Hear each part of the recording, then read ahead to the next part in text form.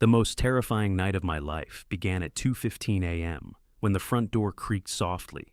Looking through my bedroom window, I saw my son walking towards the raging river, clutching a black plastic-covered basket. A bad feeling compelled me to quietly follow him. When I saw him place the basket in the turbulent water and turn away, I knew something terrible was about to happen. I plunged into the icy river. When I opened the lid of the basket, I was speechless. Oh my God. Thank you for being here with me today. Before we dive in, leave me a comment below. Where are you listening from, and what time is it there? I read every comment, and your voice matters here. A quick note. Some details in this story are fictionalized to emphasize the deeper lesson. What truly matters is the message it carries. The worst night of my life began with the soft creak of a door at 2:15 in the morning while an Ohio storm tried to tear my house apart. I was already awake. I'd been awake since midnight, lying fully dressed in the spare bedroom at 412 River Street, with my boots laced, tracking the thunder intervals, and waiting for something I couldn't name but knew was coming. My name is Otis Howard. I'm 52 years old, and I spent 28 years in private security before retiring to what I thought would be a quiet life in Marietta, Ohio. The door creak came from downstairs Julian's room. I moved to the hallway without turning on lights. The storm hammered the roof range, sheeting against windows like static. I descended the stairs in darkness and pushed open his door. Empty, bed made, military tight, not slept in, dresser drawers hanging open, and under the bed where I'd seen him hide the black plastic-wrapped basket 3 days ago, nothing. Through the rain-streaked window, I saw my son Julian, 25 years old, moving like a ghost toward the swollen Ohio River. He wore full rain gear, something pressed against his chest. Lightning flashed, and I caught the shape the black bundle cradled in both arms. Where the hell is he going? But I knew. God help me, I knew. I'd been watching him for 6 weeks, documenting every strange behavior, every midnight, prowl to the river's edge, every paranoid accusation. The basket under his bed wasn't for storage. The way he'd been measuring distances to the water, testing current speed with sticks. This was reconnaissance, operational planning. And tonight, with the river swollen from 3 days of rain and a storm providing perfect cover, Julian was executing his plan. I moved. I grabbed my oilskin slicker from the mudroom and slipped out the back door into the deluge. The rain hit like 1,000 cold fists, soaking through to skin in seconds. I stayed low, used the shed for cover, and watched. Julian was at the water's edge now, maybe 60 yards away. He dragged a small aluminum rowboat from the cattails and placed the black bundle carefully in the bottom, almost tenderly. Then, he pushed off into the swollen current. The boat disappeared into the darkness and rain. Not tonight. God, not tonight. I sprinted to the maintenance shed and yanked open the door. Inside sat the 14-foot skiff with the 9.9 horsepower motor I'd pre-positioned there 2 weeks ago, after Graham had looked at my surveillance notes and said in his flat ex-cop voice that if Julian moved, I'd have 90 seconds, maybe less. The fuel tank was full. I'd checked it yesterday. I shoved the skiff down the muddy bank and pulled the starter cord. The engine caught on the first pull, smooth, reliable, ready. I fed it just enough throttle to stay mobile without roaring. The continuous thunder provided acoustic cover. Julian wouldn't hear me coming. I pulled out my phone sealed in a waterproof case and typed 2 words to Graham, "Go now?" Then I stalked my son across the black water. The current was vicious, pulling hard toward the main channel. I stayed 20 meters back, standard trailing distance from my executive protection days. Lightning provided intermittent illumination. Julian rowing with mechanical precision, the black bundle secured between his knees. Stay 20 meters back. Standard trailing protocol. My hands were steady on the tiller, but my mind screamed questions I couldn't afford to process. The Julian I raised wouldn't hurt a spider. The Julian sitting in that rowboat had spent 6 weeks planning something I didn't want to name. How do you process the moment you realize your son is trying to kill your grandson? You don't.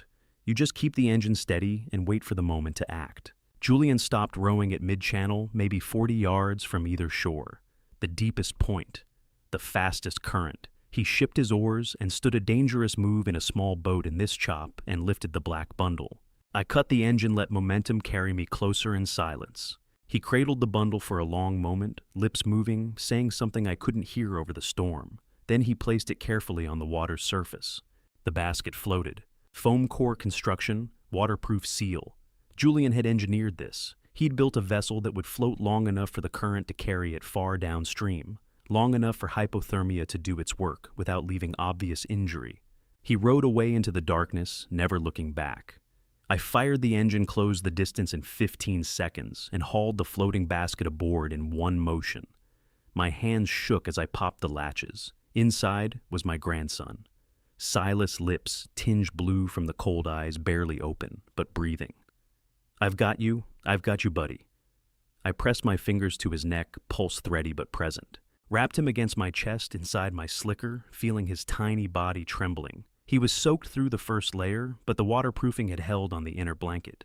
Julian had built this basket to float, to protect even in his madness. Some part of him had tried to make it gentle. Breathe, come on Silas, breathe for me." I aimed the skiff toward the shallow bank and pushed the throttle wide open. The engine screamed. We covered the distance in 40 seconds, and I ran the bow straight into the mud, vaulting out with Silas locked against my chest. My knees hit the mud, and I couldn't tell rain from tears. Somewhere downriver, police sirens wailed through the storm, Graham's units converging on Julian's projected landing point. I'd given them the GPS coordinates 3 days ago, mapped every possible exit from the river. They'd catch him. Police lights strobed blue and red through the downpour as I wrapped Silas tighter against my chest, his tiny heart beating against mine. But to understand how a 52-year-old retired security consultant ended up diving into a freezing river to save his grandson from his own son, I need to go back 4 months to the day Julian showed up on my doorstep with a newborn in his arms and his entire life in ruins. 4 months earlier, I drove 14 hours straight through the night to be there when my grandson was born. June 3rd, 2023.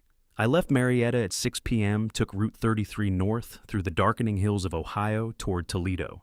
Julian had called 3 days before with the news that Evelyn was in labor. Due date moved up, baby coming early. He'd sounded strained on the phone, distracted, but I'd chalked it up to first-time father nerves. I didn't stop except for gas and coffee.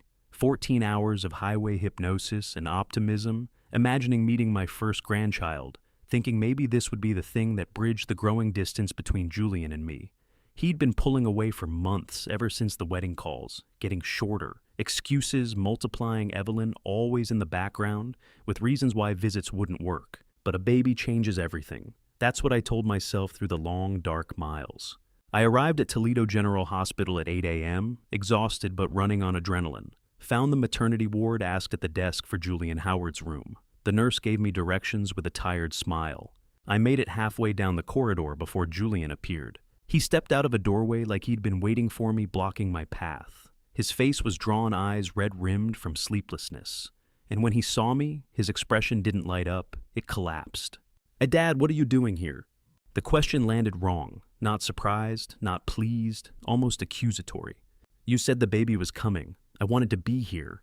He glanced back at the closed door behind him, then stepped closer, lowering his voice. "Evelyn doesn't want you around right now. It's complicated. She needs space." 14 hours. I'd driven 14 hours overnight to meet my grandson, and I was being turned away at the door like an unwanted salesman. "Julian, I'm not here to cause problems. I just wanted to..." "I know, but now's not a good time. Maybe in a few weeks when things settle down." He wouldn't meet my eyes. Behind him, through the small window in the door, I could see movement, a nurse, maybe Evelyn. My grandson was 15 feet away and I wasn't allowed to meet him. "Congratulations, son," I said quietly. "Call me when you're ready." I turned and walked back down that corridor, past the nurse's station, into the elevator, through the parking garage to my truck. Then I drove 14 hours back to Marietta, in silence, telling myself they just needed time. New mothers are protective. It's natural. He'll call when she's ready. What do you do when the son who just shut you out is the same son you drive 14 hours for without hesitation? You wait. You give them space. You check your phone compulsively for 4 days and tell yourself it's fine, it's normal. First-time parents are overwhelmed and they'll reach out when the dust settles. June 4th, June 5th, June 6th. No call, no text, no photo of my grandson whose name I didn't even know. I worked around the house, kept busy, forced optimism. Evelyn's influence was temporary. Julian would come around. Family always does. Then June 7th at 3 a.m., my phone shattered the silence. I grabbed it from the nightstand, heart already hammering. Julian's name on the screen. "Hello? Dad, she's gone. Evelyn's gone, and she took everything." His voice was wrecked, barely coherent through ragged breathing. Behind him, I could hear it high-pitched, desperate, a baby crying. "Slow down. What happened?" She left. 4 days ago, the day after we came home from the hospital. I woke up and she was gone. All her stuff, all the cash, the bank accounts emptied. She took everything. I was fully awake now, sitting up, trying to process. "You've been alone with the baby for 4 days and you didn't call." I thought she was coming back. I thought she just needed time to clear her head. But today the debt collectors started calling and his voice cracked. "Dad, there's a mortgage on your house. $145,000. The room tilted. "What are you talking about?" "Only besig and I'm in. I forged your signature. God help me, I forged it because she said we needed it for the baby. She said her credit was bad and we had to use your house as collateral and she'd pay it all back before you ever knew. And I believed her." Evelyn, 24, and Julian's wife of 8 months, had vanished 4 days after giving birth, taking every dollar she could steal and leaving only destruction behind. "You forged my signature." Not a question, a statement of fact that I needed to say aloud to believe it. "I'm sorry. I'm so sorry. I know what I did. But Dad, the baby Silas, he won't stop crying, and I don't know what I'm doing. Debt collectors are already calling. I have nowhere to go. Social services said if I can't provide stable housing by tomorrow, they're taking him into protective custody." The baby's cry cut through the line. Thin, desperate, completely unaware, his 7-day-old life was already a catastrophe. "That's my house, Julian. My home. You put my home on the line without asking me." I know, Dad. I'm sorry. But the baby... Let me think. Just let me think." I stood up, paced to the kitchen phone, pressed to my ear. Outside the window, the Ohio night was absolute black, no moon, just the distant lights of the river blinking through the trees. $145,000. My retirement savings would have to cover it. Years of careful planning gone, in one forged signature. Julian, my son, who I'd driven 14 hours to see who would turn me away at the hospital door, had betrayed me as thoroughly as the woman who just abandoned him. But that baby hadn't asked for any of this. "Where are you right now?" "The apartment in Toledo. Lease is up in 3 days. I can't renew it. I have nothing left."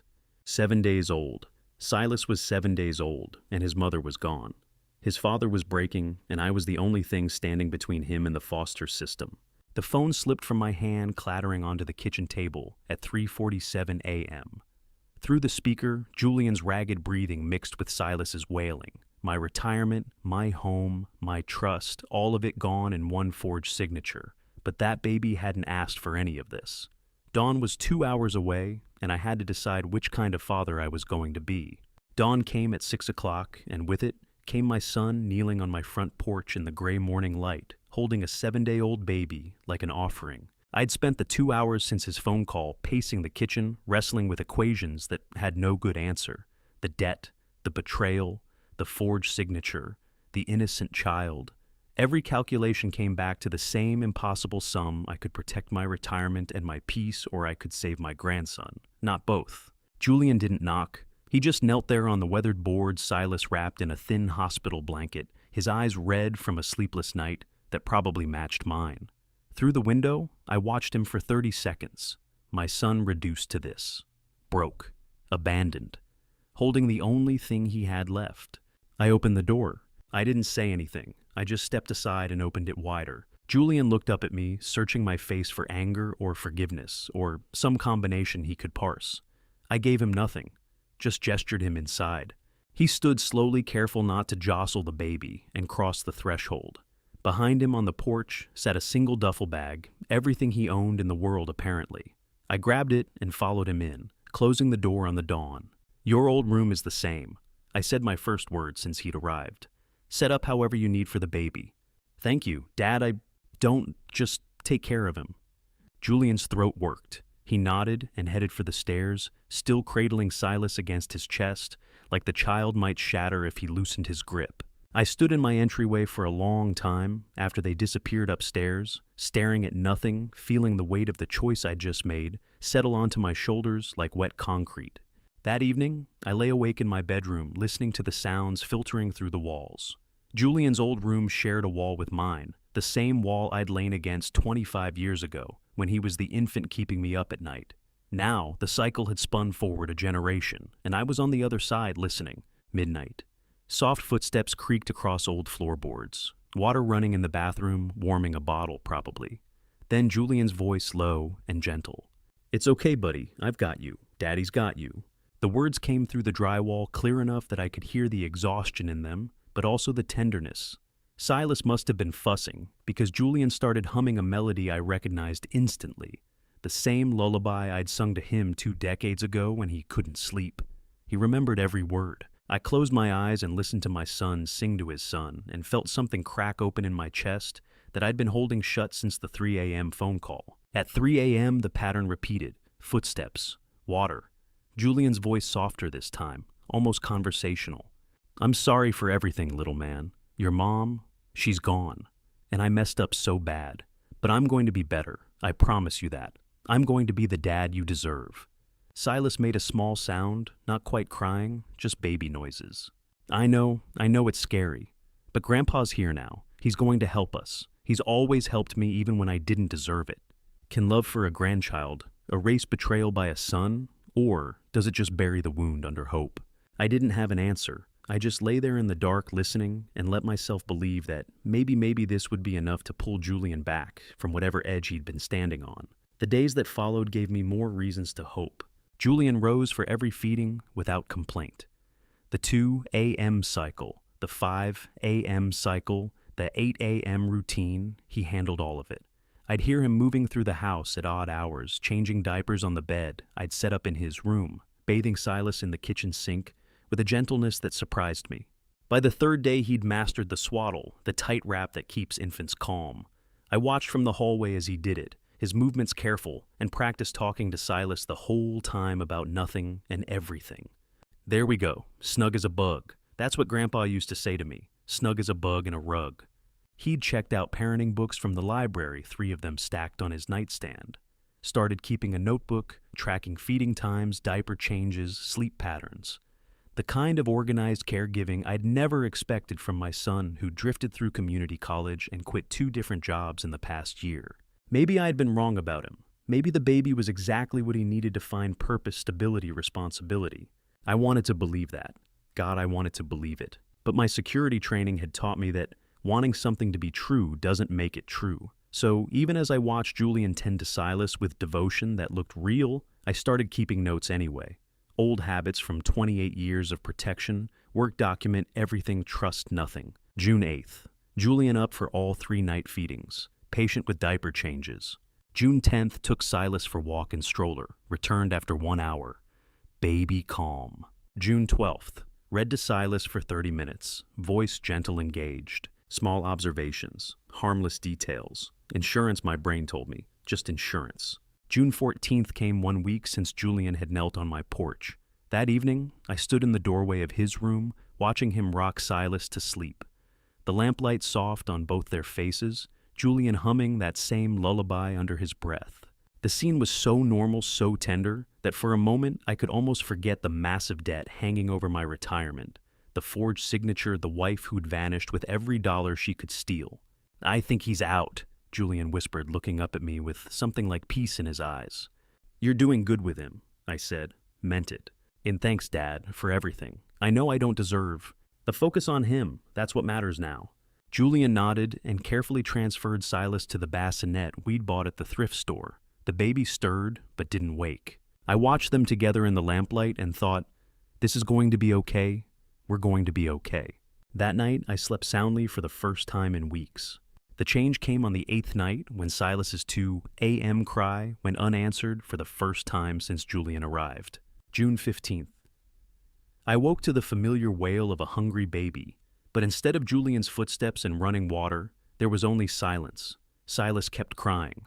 I waited in the dark, listening. Julian's door never opened. 5 minutes passed, then 10. The crying escalated from hunger to panic. I got up and walked to Julian's room. The door was closed, no light underneath. I knocked softly. "Julian." "Nothing." "Julian, the baby needs a bottle." I opened the door. He was lying in bed, eyes open, staring at the ceiling. "Julian." "I'm tired," he said flatly. "Can you get it?" "Sure, get some rest." I closed the door and went to warm a bottle. Just exhaustion, I told myself. New fathers get exhausted. One missed feeding doesn't mean anything. But something in my chest had gone cold. The next night he missed the 5 a.m. feeding too. By June 18th, he was sleeping through the morning, feeding as well. I started filling the gaps quietly without confronting what I was seeing. I'd get up for the 2 a.m. cry, then 5 a.m., then wake him at 8 so he could at least be present during daylight. He'd stumble out, take Silas for an hour, then retreat to his room. By June 20th, even daytime interactions had changed. I found Julian sitting in the armchair, staring at the wall, while Silas screamed in his bouncer 3 feet away. Not crying for a specific need, just fussing, wanting to be held. Julian didn't move. "Can you pick him up?" I asked. Julian blinked slowly, looked down at Silas as if noticing him for the first time. "Oh, yeah." He lifted the baby with stiff arms, holding him away from his body like handling a package. No eye contact, no soothing words. Within 30 seconds, he'd set Silas back in the bouncer and returned to staring at nothing. I picked up my grandson and held him against my chest, feeling his body relax immediately. "I need to run to the store. Can you watch him for an hour? Sure, Julian said. His voice was empty. I didn't go to the store. I stood in the kitchen for 45 minutes listening. Silas fussed twice. Julian never moved from the chair. Watching someone withdraw from their own child is like watching drowning in slow motion. Each day they sink a little deeper, and you keep believing the next breath will bring them back up. By June 23rd, Julian had stopped touching Silas entirely unless directly instructed. He'd walk past the baby carrier to get to the kitchen, stepping over it like furniture. When Silas had a diaper blowout requiring full cleanup and a bath, Julian stood in the doorway watching me handle it, then left without offering help. I was doing everything now. Every feeding, every change, every middle of the night soothing. I was 52 years old, running on 4 hours a night, doing the work of 2 parents, while the actual father sat in his room with the door closed. June 25th, I asked him directly, "Julian, are you okay? You've been distant with Silas." He looked at me with hollow eyes. "I'm fine, just tired. If you need help, if this is too much, we can talk to someone." I said I'm fine. He walked away mid-conversation. June 27th. I found him standing in the kitchen at 2 in the afternoon, staring at the wall above the sink. Silas was screaming in the living room, had been screaming for 5 minutes. Julian didn't react when I walked past him to get the baby. Didn't turn when I spoke his name, just stood there frozen. I picked up Silas and held him, while he cried himself into exhausted hiccups against my shoulder. Still, I didn't confront him, couldn't fully admit what I was watching. But denial has limits. June 28th, late evening. Julian walked past Silas, who was crying in the bouncer arms, reaching up without even glancing down. Just stepped over him, got water, and returned to his room. I stood there holding my grandson, watching my son's door close, and something inside me shifted from fatherhood to something colder, something professional. I went to my study and pulled out a blank notebook, the same type I'd used for surveillance work over 28 years. Black cover, gridded pages, space for dates and observations. I opened it to the first page and wrote the date. June 28th, 2023, day 1 of formal observation. Then I began documenting everything I'd been trying not to see. Subject exhibits complete disengagement from infant dependent. Night feedings abandoned June 15th. Physical contact ceased June 23rd. Verbal interaction minimal since June 20th. Subject spends 16 to 18 hours per day, isolated in bedroom. No indication of substance use. No visitors. Pattern consistent with severe dissociative episode or emotional withdrawal. The hardest thing I ever did was write my son's name at the top of a surveillance log. But something had broken in Julian that I couldn't fix with patience or hope or love. And Silas, 8 weeks old now, completely dependent, deserved better than a grandfather in denial. I'd spent 28 years learning how to watch people document behavior-build cases. Never imagined I'd use those skills on my own son. But if I was going to do this, if I was going to watch him, monitor him, gather evidence, I'd do it right. No more hope masquerading as observation. No more telling myself tomorrow would be different. Just facts, just patterns, just the cold truth of what was happening under my roof. The notebook sat open on my desk under the lamp day one, documented in clinical detail. I'd investigated dozens of cases in 28 years, but never one where the subject sleeping 30 feet away shared my last name. The question keeping me awake wasn't whether to watch him anymore. It was what I'd do when I finally had enough evidence to act. The first time I found Julian at the river was 3 nights after I started the notebook, 2:15 in the morning. his room empty, his silhouette frozen at the water's edge like a ghost. June 29th. I'd gotten up to check on Silas and noticed Julian's door standing open. The bed was empty. I moved to the window overlooking the backyard. The moon was 3/4 full, bright enough to throw shadows. Julian stood at the water's edge, maybe 60 yards out, perfectly still, arms at his sides staring at the dark current. I watched him for 20 minutes. He didn't move. At 3 a.m., he turned and walked back. I heard him come through the back door, heard his bedroom door close softly. The next morning I asked about it. "I heard you go out last night. Everything okay?" He looked at me with those flat eyes. "The river at night, it's the only place my head goes quiet. The sound of the water calms my mind, helps me process everything." "Process what?" "Everything. Evelyn leaving, the baby, all of it." He said it like it was reasonable. "I'm not doing anything wrong, Dad. Just standing there." I nodded, didn't push. That night I logged it.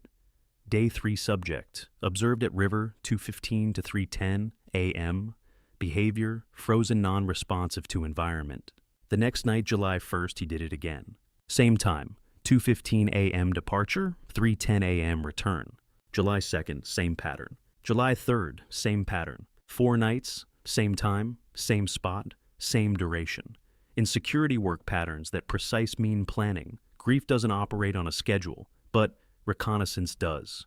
The night of July 3rd, I followed him. I waited 10 minutes, then slipped out and moved through the tree line, parallel to the river. Stayed 30 yards back, used the darkness and oak cover. Julian stood in the exact same spot he'd occupied every previous night. Not approximately exact, like he'd marked it. He faced the same section of current arms at his sides, head tilted at the same angle. I watched him for the full 55 minutes. He never moved, just stared at the water like he was solving an equation. What does a man see when he stares at dark water at 2:15 every morning? Peace or a solution? I wrote it all down. Pattern now, consistent subject. Conducting nightly reconnaissance of river access point. Behavior suggests preparation or planning, not grief processing. He wasn't just staring at water, he was measuring something. July 5th broke me. I had to run to the bank to handle paperwork for the mortgage debt. Left at 10 a.m., told Julian I'd be back by noon. Asked if he could watch Silas for 2 hours. "Sure," he said, flat, empty. I got back at 12:15. The sound hit me the moment I opened the door. Silas screaming, not the normal cry of a baby, but the hoarse, ragged wail of a child who'd been crying so long his voice had started to give out.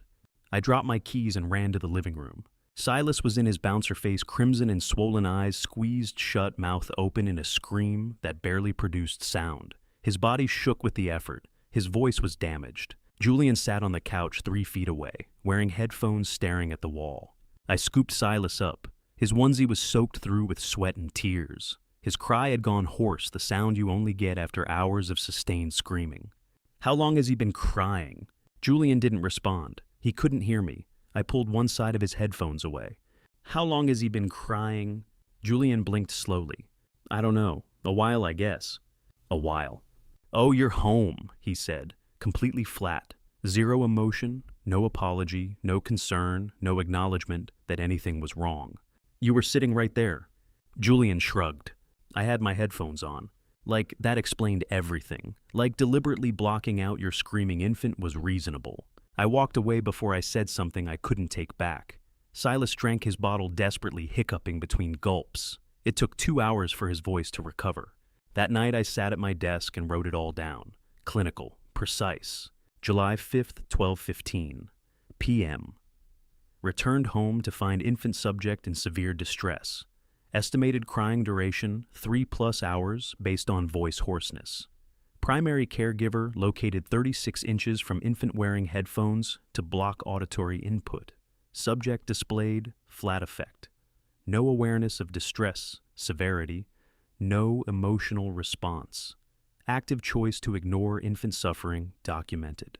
The worst evidence I ever documented was my own son's complete absence of love. I looked at 3 weeks of entries. The pattern was undeniable. Progressive disengagement, nightly river reconnaissance, active choice to ignore infant distress. This wasn't neglect anymore. Neglect is passive forgetting, failing to notice. This was active choice, deliberate blocking of a baby's cries, precision surveillance of water access points. I had the evidence, but I needed to know When does a father stop being a father and become a threat? What's the legal threshold? What can I do without destroying my son's life? And what do I do if destroying it is the only way to save my grandson? I knew exactly who to call. I closed the notebook and pulled my phone from the desk drawer. Graham Whitaker's number was still saved from the last job we worked together 15 years ago. My thumb hovered over his name for a long moment, because once I made this call, once I brought law enforcement into my son's life, there was no walking it back. But Silas's hoarse crying still echoed in my head. I pressed call at 9:30 on a Tuesday morning, sitting in my truck in the Kroger parking lot, so Julian wouldn't hear the conversation. July 8th, I'd told him I was running to the store for groceries. Instead, I sat in my truck with 3 weeks of documentation open on my lap, and my phone pressed to my ear listening to it ring. 3 rings, then a voice I hadn't heard in 15 years. Whitaker. Graham, it's Otis Howard. I need your professional opinion on something. Silence for 2 seconds, then, Otis Jesus, how long's it been 15 years? You only call when it's bad. It's bad, and it's about my son. Graham Whitaker, 51 years old and 15 years into his career with Marietta PD, had worked security details with me, back when we were both younger men who thought we'd seen everything. He'd moved to law enforcement after our last job together. I'd retired, but the professional shorthand between us hadn't faded. Tell me, he said, no preamble, no small talk, just the opening for my briefing. I laid it out systematically. Julian's arrival on June 7th with week-old Silas, the first week of devoted care that made me believe recovery was possible. Then week 2, the missed feedings, the withdrawal, the progressive disengagement. Week 3, the nightly river visits at precisely 2:15 a.m. for 7 consecutive nights. The headphones incident on July 5th with Silas crying for hours, while Julian sat 3 feet away deliberately blocking it out. Graham listened without interrupting. Old investigators' courtesy let the witness finish before asking questions. When I stopped, he was quiet for a moment. Has he physically harmed the child? No. Threatened harm verbally. Not directly. He barely speaks to Silas at all anymore. Any evidence of starvation, dehydration, untreated medical needs? No, but that's because I'm handling all the care. I'm doing everything, every feeding, every change, every night. The river visits, has he taken the baby near the water? Not that I've seen. He goes alone. Every night, same time, same spot. Stands there for 55 minutes exactly, then comes back. And you're certain about the timing? I've documented 7 consecutive nights. It's not grief, Graham. Grief doesn't run on a stopwatch. Another pause. I hear what you're saying, Otis, but I need you to hear what I'm about to tell you. The dread in my chest crystallized into something cold and heavy. What you're describing isn't enough for CPS to remove a child from a parent. You need concrete evidence of immediate physical endangerment. But he's completely detached. He ignores his son for hours. That's not enough. Not legally, not yet. Severe apathy and emotional withdrawal are concerning, but they don't meet emergency removal threshold. The river visits are disturbing, but there's no law against standing at a riverbank. The headphones incident shows poor judgment, but the baby ultimately wasn't harmed and you were present, which means he wasn't left unsupervised. So, what you're telling me is, I need to wait until something actually happens. Until there's physical harm?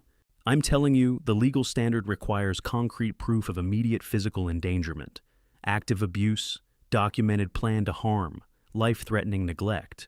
What you've got is alarming behavior patterns, but it's circumstantial. How much evidence does a grandfather need to prove his grandson is in danger? A bruise, a burn, or a body? Graham, my instincts are screaming that something terrible is coming. I trust your instincts, Otis. You were the best investigator I ever worked with. If you say something's wrong, something is wrong. But instinct isn't evidence. Not in family court. Not with CPS. I sat there in my truck, watching a mother load groceries into her car, while her toddler sat in the cart eating a cookie. Normal life. The kind of normal that should have been Silas's reality. Here's what else I need you to understand, Graham continued. You being there handling all the care, you're the child's safety net right now. You're preventing harm. That actually works against emergency intervention protocols. The system sees a baby being adequately cared for by a grandfather in the home. There's no crisis from their perspective. So I'm protecting him too well. You're protecting him, period, which is what matters. But yes, it means the state doesn't see an emergency. What do? Keep documenting everything. Times, dates, specific behaviors. If he makes a direct threat, any verbal indication of intent to harm you, call me immediately. If he physically touches the child in any way that leaves a mark, you photograph it and call me. If the situation escalates beyond emotional neglect into active endangerment, I can move fast. But I need something concrete. How much time do I have to get you what you need? I don't know, but don't wait too long. I closed my eyes and thought about Julian standing at the water's edge every night staring at the same spot, measuring something, planning something. 48 hours, I said. I'll give it 48 more hours of intensive observation. If I don't have concrete evidence by then, I starve, that hompops is spied. And if something happens in those 48 hours, then it'll be on me, but I have to be certain before I destroy my son's life. Otis. Graham said, his voice softer now. You're not destroying his life. You're trying to save your grandson's. There's a difference. From where I'm sitting, it feels like the same thing. I know, but when you get that evidence, and you will, if it's really happening, you call me, day or night. I'll move as fast as the system allows. That might not be fast enough. I know, he said quietly, but it's what we've got. We said goodbye, and I sat there with the phone in my hand staring at my notebook. I was betting my grandson's life on 48 hours and my ability to document the undocumentable of father's absence of love. Graham was right. I needed concrete evidence, not gut feelings. But my gut was screaming that 48 hours might be exactly 48 hours too long. I started the truck and headed home, not knowing that the evidence I needed was already taking shape under Julian's bed. 2 nights after my call with Graham, I heard Julian's bedroom door close at 2:14 a.m., 1 minute early, and knew I had exactly 55 minutes to find what I needed. July 10th. I'd been waiting for this, lying awake in the dark listening. The moment I heard him leave through the back door toward the river, I rose and moved down the hallway. I'd done hundreds of silent entries over 28 years. Muscle memory took over, test the doorknob, slowly apply pressure at the top, hinge to prevent creaking slip inside, and close it behind me with one smooth motion. Julian's room looked normal in the pale moonlight through the window. Bed neatly made, clothes folded, desk organized. I started with the closet. That's where I found the wedding portrait on the floor behind a stack of boxes. It wasn't casually torn, it was violently destroyed. Evelyn's face had been precisely cut out and replaced with handwritten words in red marker. The mistake. The anchor. Why I'm trapped. But that wasn't the worst part. In the background of the photo, barely visible, was newborn Silas in his hospital bassinet. Julian had drawn over my grandson's face. A crude circle in red marker, like marking a target. The cuts were surgical, precise. This wasn't rage, it was deliberate. I pulled out my phone and photographed it, making sure the flash didn't show through the window. Wide shot showing context. Close-up of the words. Close-up of the circle over Silas. My hands shook, but I kept them steady enough. Evidence had to be clear, admissible, undeniable. I placed the portrait back exactly where I'd found it and moved to the desk. 3 drawers, first 2 opened easily. Close old paperwork, nothing useful. The bottom drawer was locked. I'd taught Julian to pick locks when he was 16. Now, I used the same skills against him. 30 seconds with a paperclip and the drawer slid open. Inside was a journal, black cover spiral bound about 100 pages. I'd expected an emotional diary grief over Evelyn leaving confusion about fatherhood, maybe even suicidal ideation I'd have to report. What I found was worse. The journal wasn't emotional processing. It was a planning document.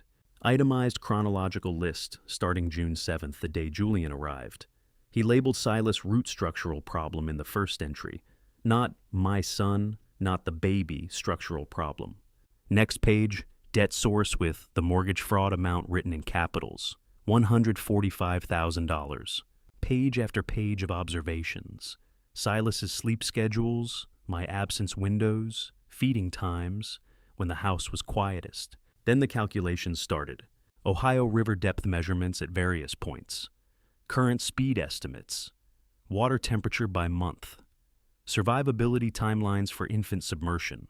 There's a specific kind of horror that comes from reading your own son's plan to murder your grandson, written in handwriting you taught him in 2nd grade. I kept reading. Had to document every page. The handwriting deteriorated as the entries progressed. Early pages were controlled, methodical. Later pages grew increasingly frantic letters, larger sentences fragment. Editor. July 3rd solution in capitals underlined 3 times. July 6th necessary action written over and over filling half a page. July 8th river depth calculations repeated with different variables. Weight of basket foam, displacement time until hypothermia. July 9th yesterday, the last entry. Time running short, father suspicious. Must act soon. I checked my watch, 2:42 a.m., 13 minutes gone, 42 remaining. I photographed every page, 63 in total, fighting the trembling in my hands to keep each image clear, wide shots showing the full pages, close-ups of specific entries, sequential page numbers visible in each frame. This was what Graham needed. Concrete evidence, not just disturbing behavior documented planning, targeting, ideation with method and timeline. I replaced the journal exactly as I'd found it, relocked the drawer, stood and surveyed the room one last time to ensure nothing was out of place. Through the window I could see the tree line, no movement yet. Julian was still at the river. I slipped out of the room, closed the door silently and retreated to the kitchen. 3:08 a.m. I sat at the kitchen table in the dark and sent the encrypted photo file to Graham with a message found this in Jay's room. Planning documentation, calculations for river. Last entry says, must act soon. Then I waited, phone on the table, watching the screen, watching the clock. 3:17 a.m. The phone vibrated. Graham's voice was tight with professional urgency. I've seen a lot of threat assessment docs, Otis. This one's clear he's planning something specific. You've got evidence of ideation planning targeting.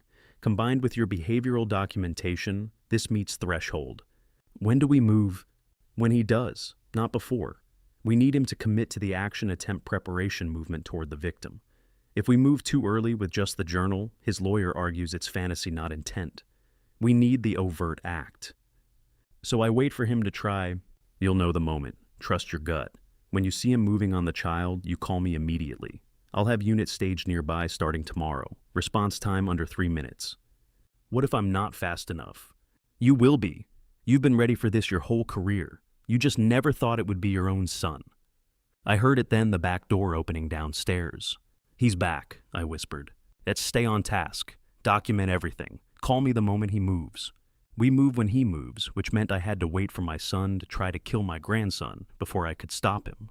I hung up as Julian's silhouette appeared in the kitchen doorway at 3:27 a.m., exactly on schedule from his river visit. He walked past me in the dark without acknowledging I was there, climbed the stairs to his room. I sat frozen in the kitchen chair phone, with 63 pages of evidence still warm in my hand.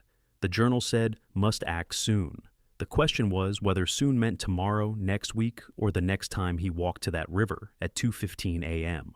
At 8 o'clock the next morning, I had Dr. Ramsey's number on my phone screen and my finger on the call button when I heard Julian's footsteps on the stairs.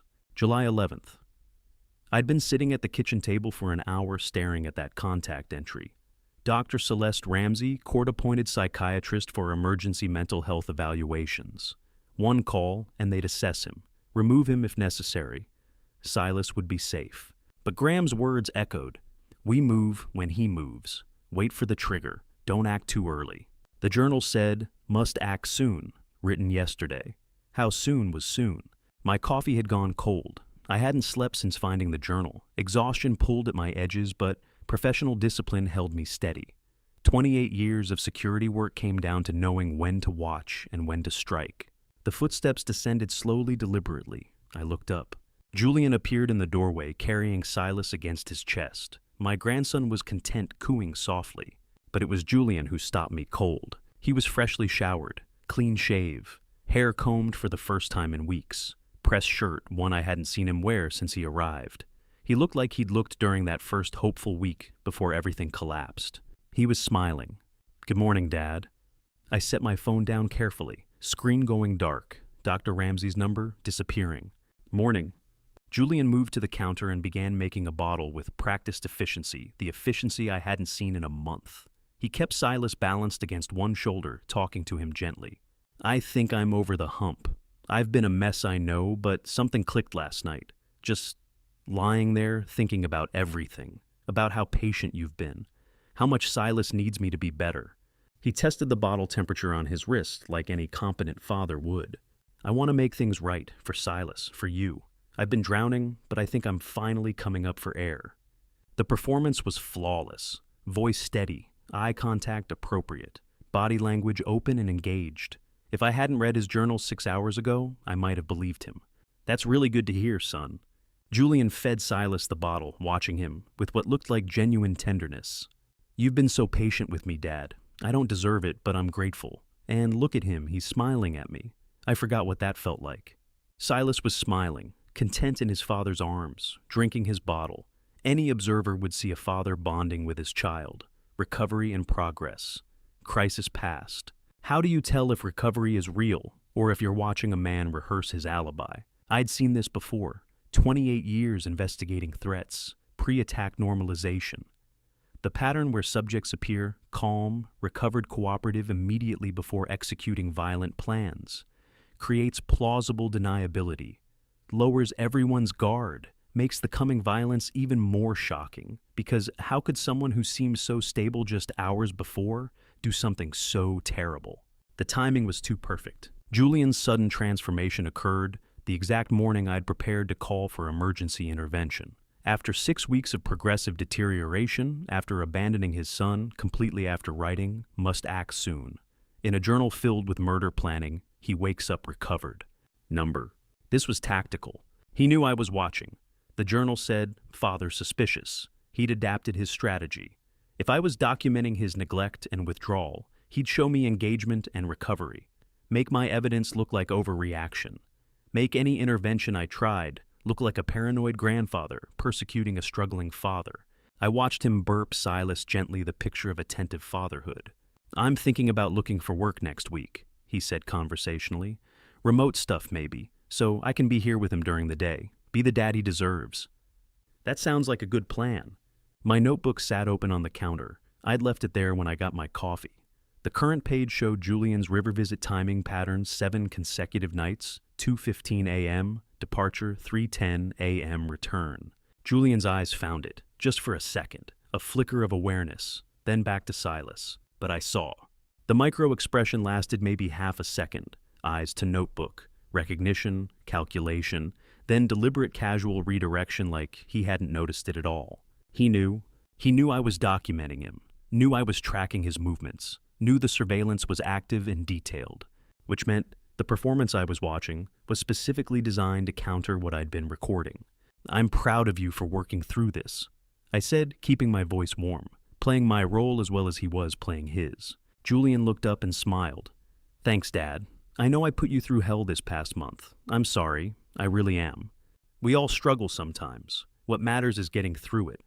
We were both pretending now, both playing roles, both waiting for the other to break.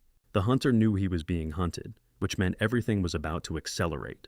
Julian finished feeding Silas and took him to the living room. I heard him talking to the baby, soft words I couldn't make out. Normal father sounds. Therapeutic engagement. I picked up my phone, put it in my pocket, didn't call Dr. Ramsey. Graham was right. We moved when Julian moved, not before, and Julian would move. The journal made that clear. But now I knew he'd move differently than he'd originally planned. He'd adapt to the surveillance, change tactics, maybe change timing, which meant I had to watch even more carefully. The notebook stayed on the counter where I'd left it. Open to that page, visible, deliberate. If Julian wanted to know what I knew, I'd let him see just enough to keep him guessing. Let him think my surveillance was limited to his river visits. Let him believe I was tracking behavior, but not intent. But the journal I'd photographed last night, the 63 pages of planning and calculations, and must act soon. That evidence was already with Graham, already documented, already beyond Julian's reach, already building the legal case we'd need when he finally made his move. He could perform all he wanted. He could smile and engage and play devoted father as convincingly as any actor. My older sister Ruth arrived that Saturday afternoon carrying homemade oatmeal cookies and wearing the kind of determined cheerfulness that told me she'd come to prove I was overreacting. July 15th, 4 days after I'd found the journal, 4 days of watching Julian perform his recovery while I waited for him to make his move. Ruth, 75 years old with 30 years of school library experience behind her, had that particular brand of elderly certainty that she knew better than everyone else about everything. She'd called 2 days earlier, asking how Julian was doing, and I'd been vague enough that she'd decided to see for herself. "Otis," she said, brightly kissing my cheek and pushing past me into the house. "I brought cookies. Where's my boy?" She found him in the living room. Julian was on the floor with Silas making the baby laugh with peekaboo.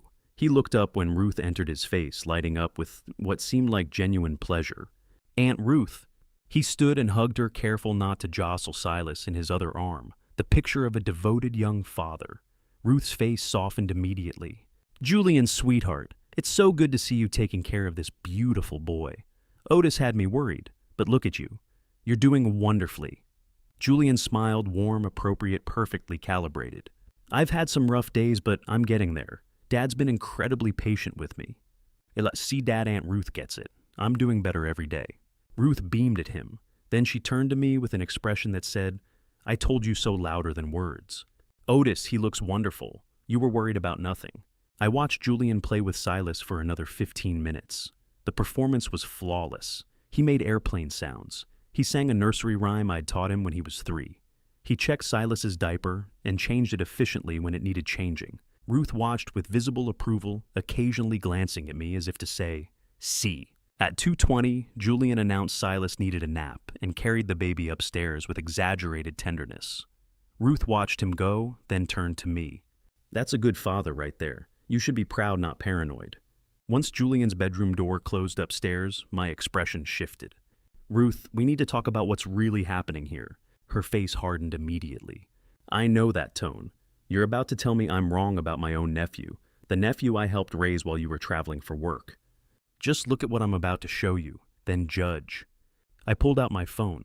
"Don't start with me, Otis. He's grieving his marriage. Men process differently. Give him space and patience, not surveillance." "Ruth, look." I opened the photo gallery and handed her the phone. The first image was the shredded wedding portrait, Evelyn's face cut out precisely.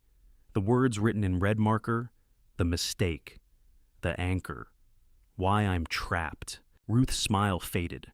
"He's angry at Evelyn, not the baby. It's therapeutic. Swipe to the next photo." She did.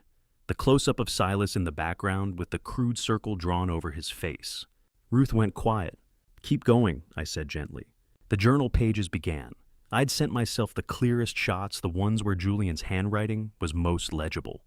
Structural problem requiring permanent solution. Ruth scrolled slowly. Her defenses were still up, but weakening with each image. Debt source, obstacle to freedom, river depth calculations. How do you tell someone that the nephew they have loved for 25 years is planning to murder his own child? She kept scrolling. The images showed the progression of Julian's deteriorating handwriting, the increasing frequency of the word solution, the technical calculations about water temperature and infant survival rates. I watched her face. The cheerful certainty was gone. She looked older now, the lines around her mouth deeper. People write things they don't mean when they're upset. It's just venting, oiji rindond, elborstor stust. "Ruth, read the last entry, the one dated 3 days ago." She found it. I watched her eyes move across the screen. "Time running short. Father suspicious. Must act soon." "Oh God." Her hand trembled holding the phone. "Otis, I don't..." She scrolled back through the images, looking at them again, trying to find an explanation that would make this something other than what it clearly was. There wasn't one. She handed the phone back to me without speaking. Her face had gone pale, the color draining from her cheeks. She looked like she'd aged 10 years in 10 minutes. Ruth stood mechanically reaching for her purse and the container of cookies she'd brought. The cookies she'd baked, thinking she'd be celebrating Julian's recovery. "Do you understand what I'm showing you?" I asked quietly. "Do you see the danger?" She nodded once, slow, heavy, but no words came out.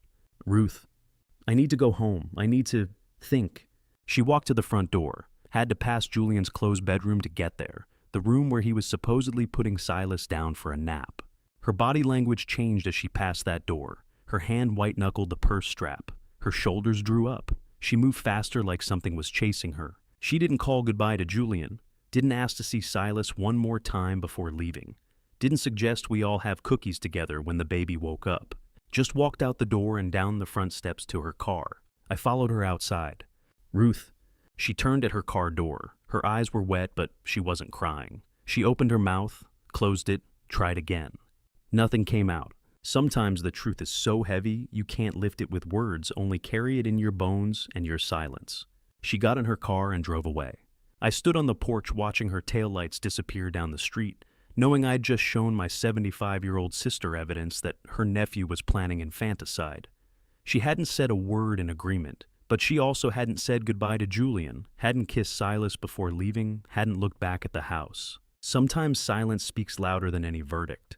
5 days after Ruth walked out of my house without saying goodbye to Julian, I decided to stop watching and start asking. July 20th. 5 days of tension so thick I could barely breathe.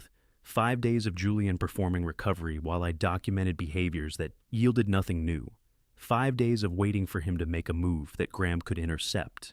I couldn't wait anymore. At 8 a.m., I sat across from Julian at the kitchen table, both of us with coffee. Silas asleep upstairs. The morning light coming through the window made everything look deceptively normal. "We need to talk about something, Julian, just you and me." He looked up from his coffee. His eyes sharpened that prey animal alertness I'd been seeing more and more often. "Okay, what's going on?" I was about to break the cardinal rule of investigation. Never confront the suspect directly before you have a complete case. Never tip your hand. Never give them a chance to adapt or flee or lawyer up. But I wasn't an investigator anymore. I was a grandfather watching my son circle his infant like a predator, and I'd run out of professional patience. "I'm going to ask you a direct question, and I need you to give me an honest answer." Julian set his coffee down slowly. His posture changed, shoulders back, spine straight. Defensive readiness. "All right."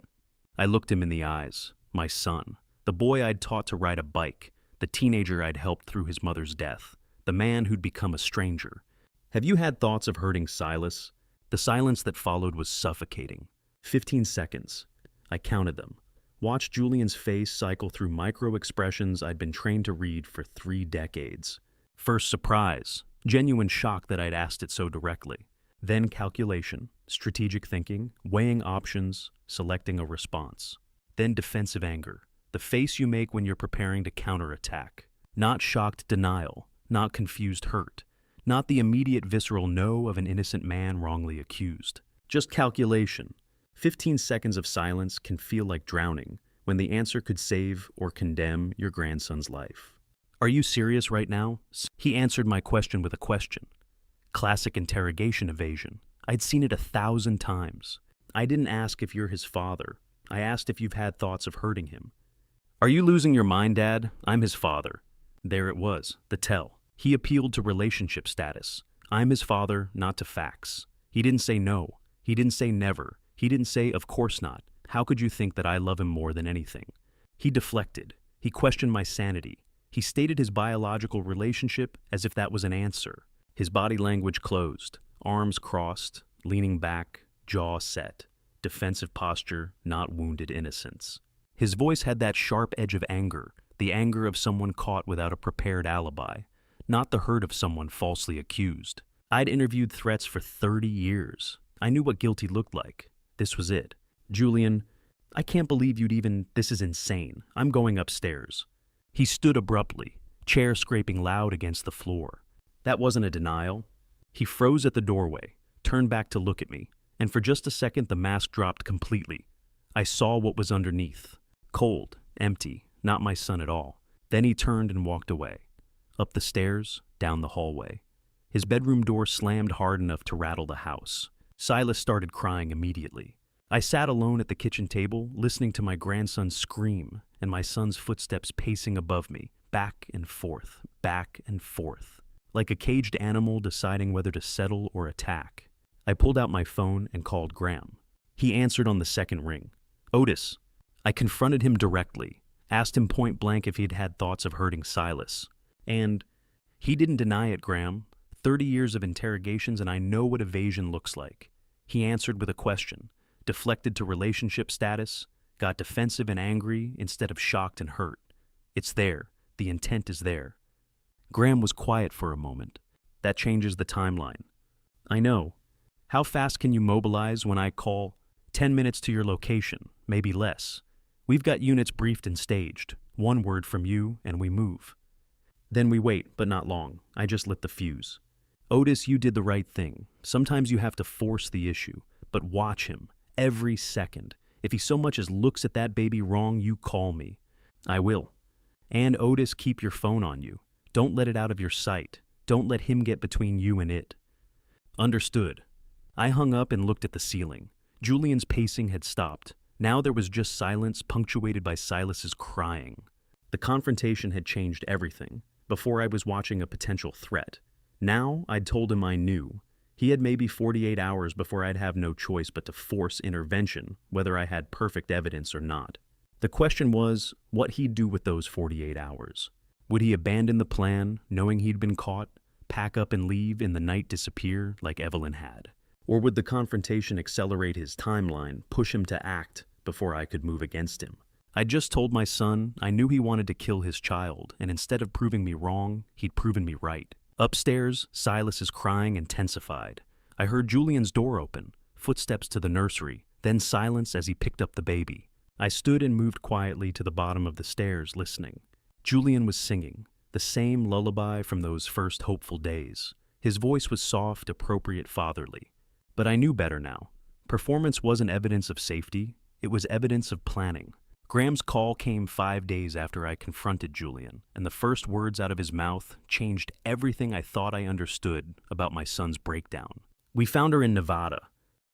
July 25th. I'd been sitting at the kitchen table watching Julian through the window. He stood at the river's edge, same spot as always, same frozen posture, same timing. 2:15 in the afternoon now, instead of morning, but the ritual hadn't stopped just because I'd called him out. And Otis, what we found with her, there's a prior victim. Same playbook word for word. I sat up straighter. Explain. Federal agents tracked her through financial records. Found documentation of at least one other male victim.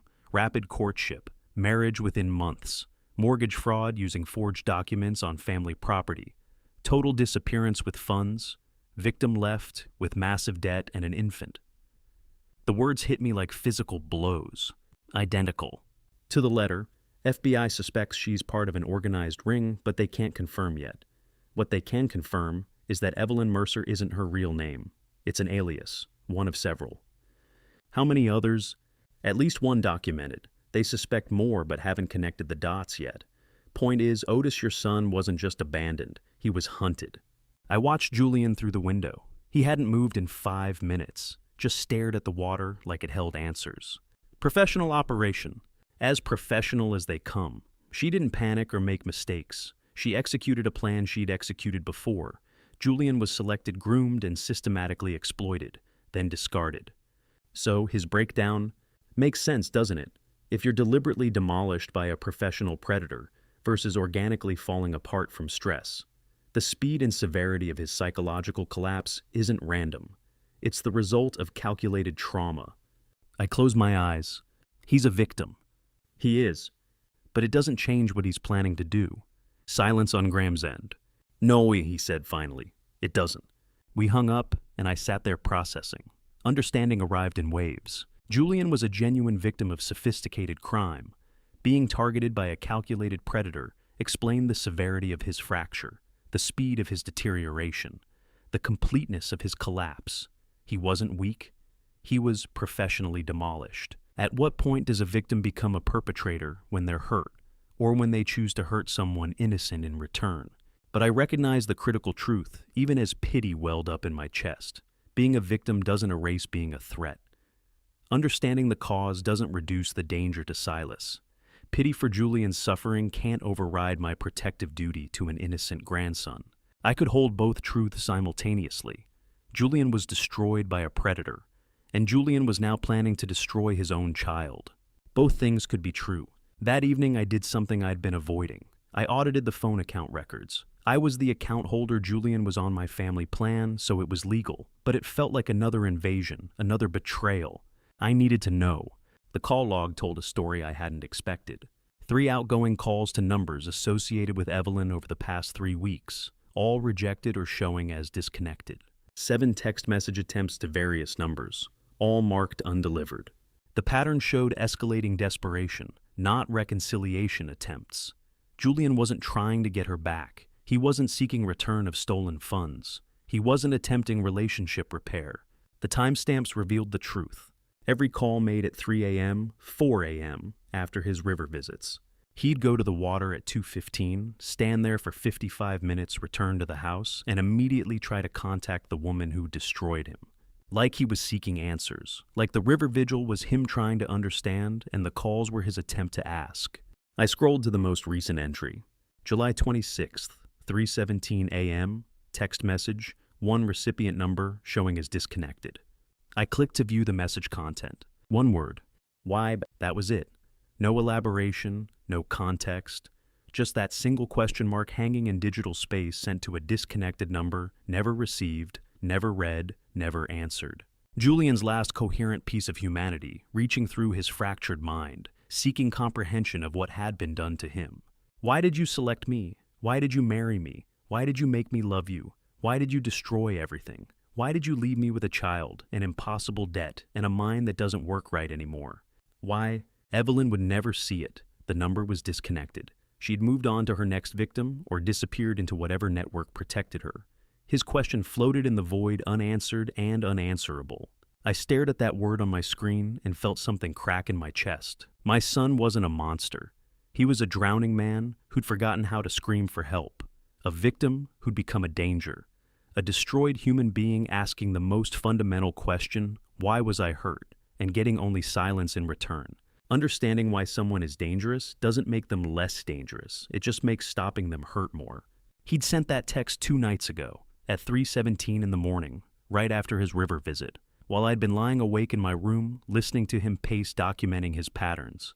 He'd been reaching out to the person who destroyed him, asking a question she'd never answer. And tomorrow, he'd do it again. Walk to the river, stand there trying to understand. Come back and maybe send another hopeless message into the void. I couldn't save him from what Evelyn had done. I couldn't give him the answer he desperately needed. I couldn't undo the professional demolition of his psyche. But I could save Silas from what Julian was about to do. Heartbreak doesn't change math. Pity doesn't override duty. Understanding the why doesn't eliminate the what. I closed the phone records and sat in the dark study. That single word, why, burned into my mind. Julian was both victim and threat-destroyed man, an active danger, drowning and pulling others under simultaneously. Graham had found the woman who broke him, but finding her didn't fix what she'd broken. And tomorrow morning, Julian would wake up and walk to that river again at 2:15 a.m., and I'd have to decide how much longer I could watch before I had to act. Robert from next door caught me by the fence line on a Tuesday morning, wanting to chat about his tomatoes, and ended up confirming my worst nightmare. August 2nd, I was checking the sprinkler system when I heard him call over. Otis, got a minute? Robert, my next-door neighbor of 15 years and a retired postal worker who kept meticulous watch over the neighborhood from his upstairs insomnia window, had no idea what he was about to confirm. I walked to the fence line. He was holding a basket of early tomatoes, smiling in that friendly way that meant he wanted to talk about nothing in particular. These early girls are doing great this year. Want some? Sure, thanks. He handed a few over the fence and launched into his usual commentary about soil, pH, and watering schedules. I nodded along, half listening, thinking about Julian upstairs with Silas. Then Robert said it casually, like commenting on the weather. Your son goes down to the river sometimes at night. I see him from my upstairs window when I can't sleep. Must help him think, I guess. My blood went cold, but I kept my face neutral. Yeah, he likes the quiet. Last week, maybe Tuesday, I saw him carrying the baby. Figured he was walking him to sleep. You know how babies are. About 3 a.m., the world tilted. Walking him, down toward the river path. Gone maybe 20 minutes, came back. Baby must have settled down after that. Smart thinking, actually, fresh air works wonders. Robert kept talking about his grandson's sleep problems, oblivious to the fact that he'd just told me Julian had already taken Silas to the river, already tested the approach, already rehearsed. Well, tomatoes are looking good this year, Robert continued. Let me know if you want more when they ripen. Will do. Thanks, Robert. I walked back to the house with a tomato in each hand and my heart trying to punch through my ribs. Inside, I set the tomatoes on the counter and gripped the edge of the sink. Julian had already taken Silas to the river, last Tuesday, 3 a.m. The timing matched his nightly pattern perfectly. This wasn't theoretical planning anymore. This was active rehearsal. Or worse, thought an aborted first attempt. Maybe he'd stood there with Silas in his arms and couldn't go through with it. Maybe he'd walked to the edge, looked at the dark water, and his courage had failed. Or maybe he'd decided he needed better equipment first. better staging, better conditions. How close had we already come to losing Silas without me even knowing? How many times had Julian stood at that river's edge with my grandson in his arms? I pulled out my phone and texted Graham neighbor, witnessed Jay taking baby to river 3 a.m. last week. Not planning, rehearsing. Need to locate staging equipment now. Graham's response came in 30 seconds. That's your threshold. Find the equipment. Document everything. When you're ready, we move. I knew what I was looking for. The specialized waterproof travel basket we'd bought when Silas was born. Heavy-duty foam construction designed to keep babies safe and dry during transport. Ironically perfect for staging a water accident. I went to the storage closet where we kept baby gear, sorted through strollers, car seats, extra bottles. No basket. Checked the garage, the basement, the mudroom. Nothing. Before I show you what I found under his bed, are you still with me? Comment A if you think I should have called authorities immediately.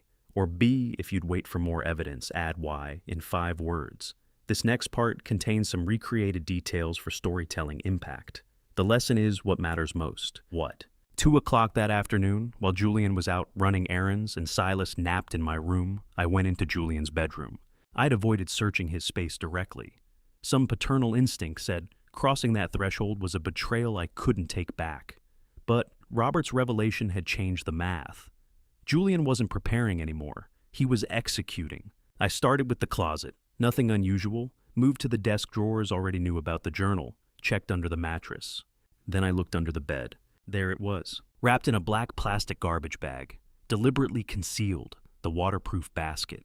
I pulled it out carefully unwrapped enough to confirm what it was. Then took photos from multiple angles. Wide shot showing position under bed. Close-up of the basket. The serial number on the bottom. The black plastic wrapping. Evidence, concrete, undeniable. The basket was staged, ready for deployment. All Julian needed was the right moment. I rewrapped it exactly as I'd found it, slid it back under the bed to the precise position, left no trace I'd been there. Confiscating it would alert him that I'd discovered his plan. He'd adapt, change tactics, maybe accelerate the timeline in panic. No, better to leave everything in place. Let him think he was still undetected. Catch him in the act with all evidence intact.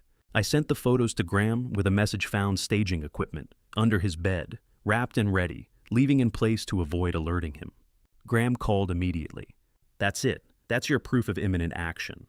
I know. We're authorized to move whenever you say the word. What's your response time? 10 minutes to your location, maybe less. I've got a tactical unit briefed and positioned. We can be on your street before he makes it to the riverbank. It could be tonight, Graham. He's got everything staged. He's already rehearsed it. There's nothing left to prepare. Then I'm ready. We're all ready. The moment you call, we roll. No hesitation. There's a difference between being ready and being fast enough. I was about to find out which one I really was. Understood. Otis, one more thing. Once we move, once we intercept, there's no taking it back. He'll know you called us. The relationship you had with your son ends the moment my units arrive. That relationship ended when he decided to kill his child. I'm just making it official. We hung up, and I sat in my truck outside the house engine, off watching the upstairs windows. Julian's light was on. Silas's room was dark, still napping. The basket was under his bed. Robert had seen him carry Silas to the river already. Graham's tactical team was positioned and ready to roll. Every piece was in place. Now, I just had to wait for Julian to make his move and pray I was fast enough to stop him. 3 days after finding the basket, Ruth appeared at my door at dawn without calling first. August 5th. I'd spent those 3 days in tactical limbo, watching Waiting, sleeping in 2-hour increments with my phone on my chest. Julian maintained his pattern. River visits at 2:15 a.m., perfect father performance during daylight. The basket stayed under his bed. Everything poised on the edge of action. Ruth knocked at 6:30 in the morning. When I opened the door, she wasn't wearing the defensive certainty she'd carried last time. Her face was set in a way I recognized from when we buried her husband, determined grief that had made a decision. We need to talk. No more protecting me. I let her in. She walked straight to the kitchen table and sat like she was bracing for impact. Nothing about Julian has been easy since he turned 14. Show me. I pulled out my phone and laptop. 6 weeks of documentation. I'd organized it chronologically like an investigation file because that's what it was. Surveillance photos showing Julian at the river at 3 a.m., measuring distances with his feet. Video clips I'd taken from my bedroom window of him testing the basement lock on July 28th. Audio recordings of our confrontations, his evasive non-denials, his defensive anger, the timeline of escalating boundary violations, the neighbor's testimony about seeing him carry Silas to the river, the photos of the stage basket under his bed. Ruth watched it all in silence. No questions, no interruptions. Just absorbed every piece of evidence like she was building a case against herself for not seeing it sooner. When I played the audio from July 20th, when I'd asked him directly if he'd had thoughts of hurting Silas and he'd deflected instead of denied her, hands gripped the edge of the table. When I finished, she sat very still for a long time. Then she spoke. "You are his father, but you are also Silas's grandfather." Her voice was steady, clear, like she'd been practicing this speech in her head for 3 weeks. Do not abandon the boy who hasn't taken his first step to chase a man who threw himself into darkness. The words hit me like absolution I didn't know I needed. I didn't know if you'd understand. I understand that my son is gone, and my grandson needs someone who sees clearly. She stood up, gathered her purse. You do what you have to do, whatever that means. I won't fight you. I won't defend him. I won't stand in your way. She walked to the door, paused with her hand on the knob. He's not the boy I raised anymore. Save the child who can still be saved. Then she left. I stood there in my kitchen, feeling something I hadn't felt in weeks' validation. Ruth had given me permission to do what I'd been agonizing over. Not just permission, a directive. That evening, August 8th, I called Graham. I need you to review the complete evidence package one more time. Tell me if I'm seeing what I think I'm seeing. Send it over. I transmitted everything. He called back 30 minutes later. 6 documented trespass incidents, 4 explicit threats during confrontations, systematic surveillance of entry points, multiple rehearsals of approach routes, staged equipment ready for deployment. This isn't mental health crisis anymore, Otis. It's tactical preparation. So I'm not overreacting. You're underreacting. Most civilians wouldn't recognize what you've documented. He's studying that house like a target package. The nightly river visits, that's reconnaissance. The basket staging pre-positioning assets. The baby carry rehearsal, your neighbor witnessed operational timing test. When he moves, not if, when. And when he does, you won't have time to call 911. You'll have 90 seconds from first movement to critical action. Maybe less. What do I do? When he comes, and he will come, you protect that child first. Questions come later. Hesitation kills. You know that. Graham didn't say, be careful. He said, be ready. Late that night, after Julian had completed his 2:15 a.m. river visit and returned to bed, I went to the shed behind the house. I hadn't been in there in months. The door stuck swollen from summer humidity. Inside, under a canvas tarp covered in 3 years of dust, sat my old 14-foot aluminum skiff. I'd bought it in the 90s for river fishing, hadn't used it since retirement, but the river was the one approach vector I couldn't monitor from the house windows. Julian knew that too. He'd been studying it for 6 weeks. If he came by water, I needed to be able to intercept on water. The shed smelled of motor oil and mildew cobwebs thickened the corners, but the skiff's hull was sound. Aluminum doesn't forget, even when men do. I pulled the tarp off completely, checked the fuel tank still half full from whenever I'd used it last. Old gas, but it might work. Found the fuel line, primed it. Positioned myself at the motor, pulled the starter cord. The engine caught on the first pull, rough idle but steady. I let it run for 5 minutes, listening to it smooth out as it warmed. Tested the spotlight mounted on the bow. Battery was dead, but I had a rechargeable one in the garage that would fit. Checked the hull for leaks. Ran my hands along the seams. Everything tight. I killed the engine and stood there in the dark shed with my hand on the motor housing. At 42 years, I wore a badge. Never thought the last call would be my own son. My voice sounded strange in the enclosed space. But Graham's right. When he comes, there won't be time to think, only time to act. I patted the motor once like you'd pat a reliable horse. I'm ready. I left the shed and walked back to the house. Silas was asleep. Julian's light was off. Everything quiet. I lay down in my clothes with my boots by the bed and my phone on my chest. August 9th, 2:47 a.m. The phone vibrated. Text from Graham, motion alert at river access point. Single vehicle. Checking plates now. The August alert turned out to be a false alarm, someone else's vehicle at the wrong access point. It bought me 2 more months of surveillance, 2 more months of watching Julian circle closer to the decision I knew was coming. October 13th, 2 a.m. Through the night vision monocular Graham had loaned me, I watched my son test 3 different footing positions on the riverbank, his tactical flashlight sweeping the water, like he was planning an amphibious assault. I was hidden in the tree line 40 yards back, dressed in dark clothes, recording everything on my phone. Day 42 of active surveillance. 10 weeks since I'd found the basket under his bed.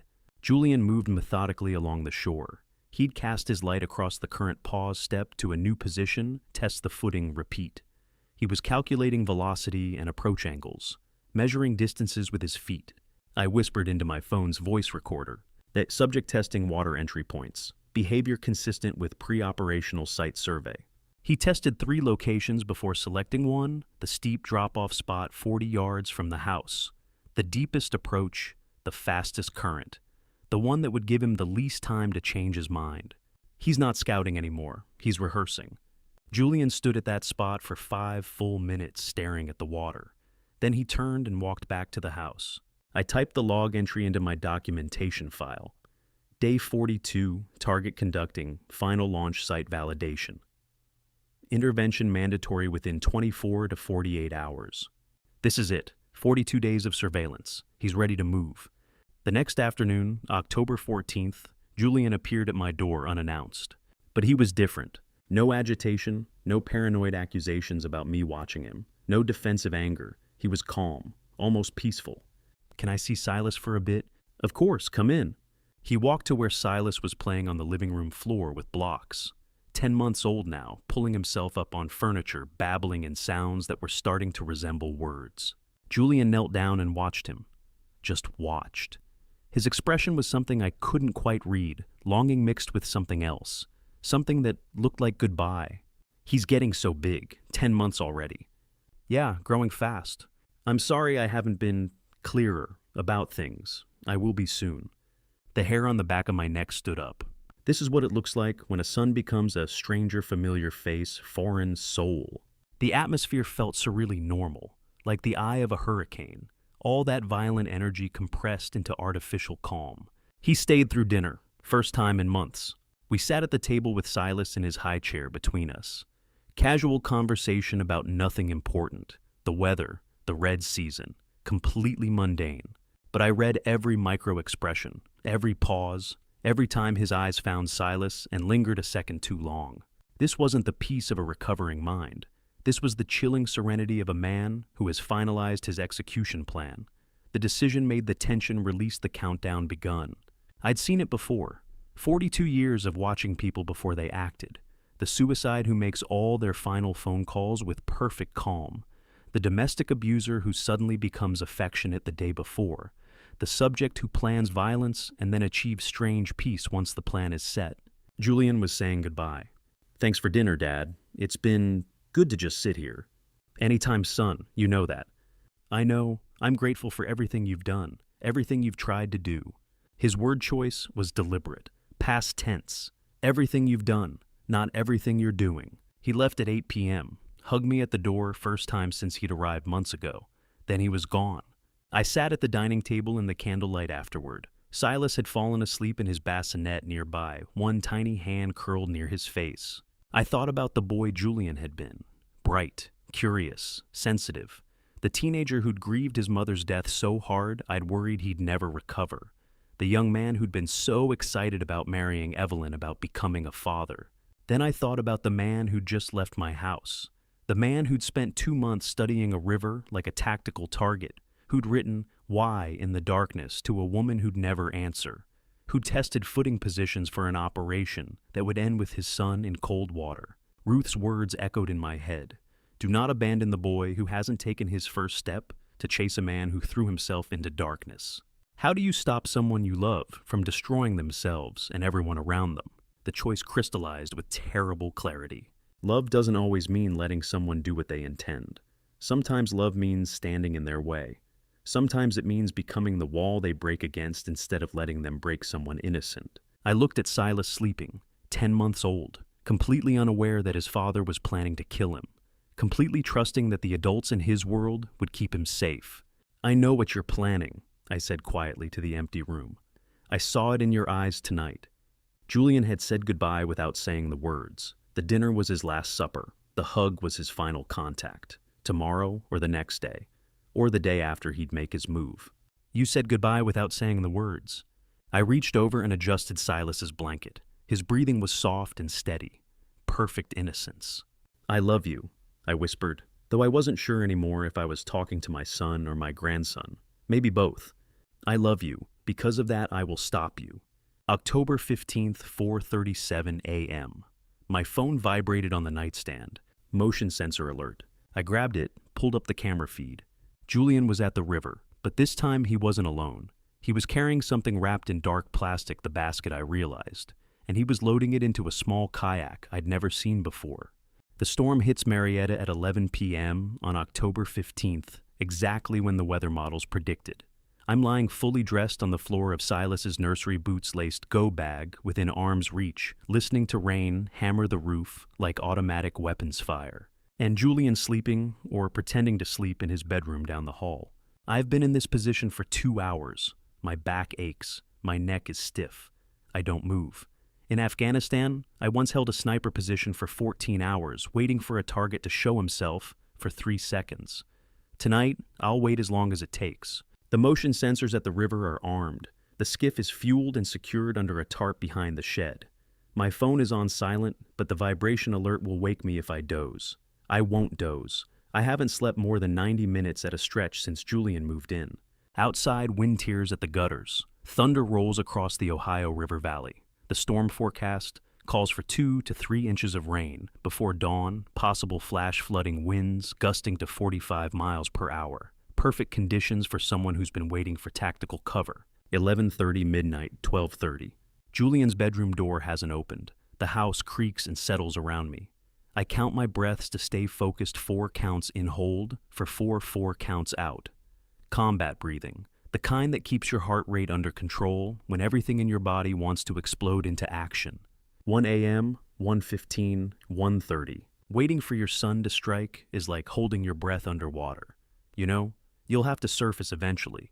You just don't know if you'll make it in time. 1:40. The rain intensifies, drumming harder. 1:50 a.m. Julian's bedroom door creaks. I don't move. I listen. Footsteps in the hallway, slow, deliberate, trying for silence. But the old floorboards betray him. The footsteps pass the nursery, past the bathroom, head toward the stairs. My phone vibrates against my ribs. Motion sensor alpha, the one I mounted on the oak tree overlooking the river access path. Someone just crossed the infrared beam. I count to 20. Give Julian time to clear the house. Then I move.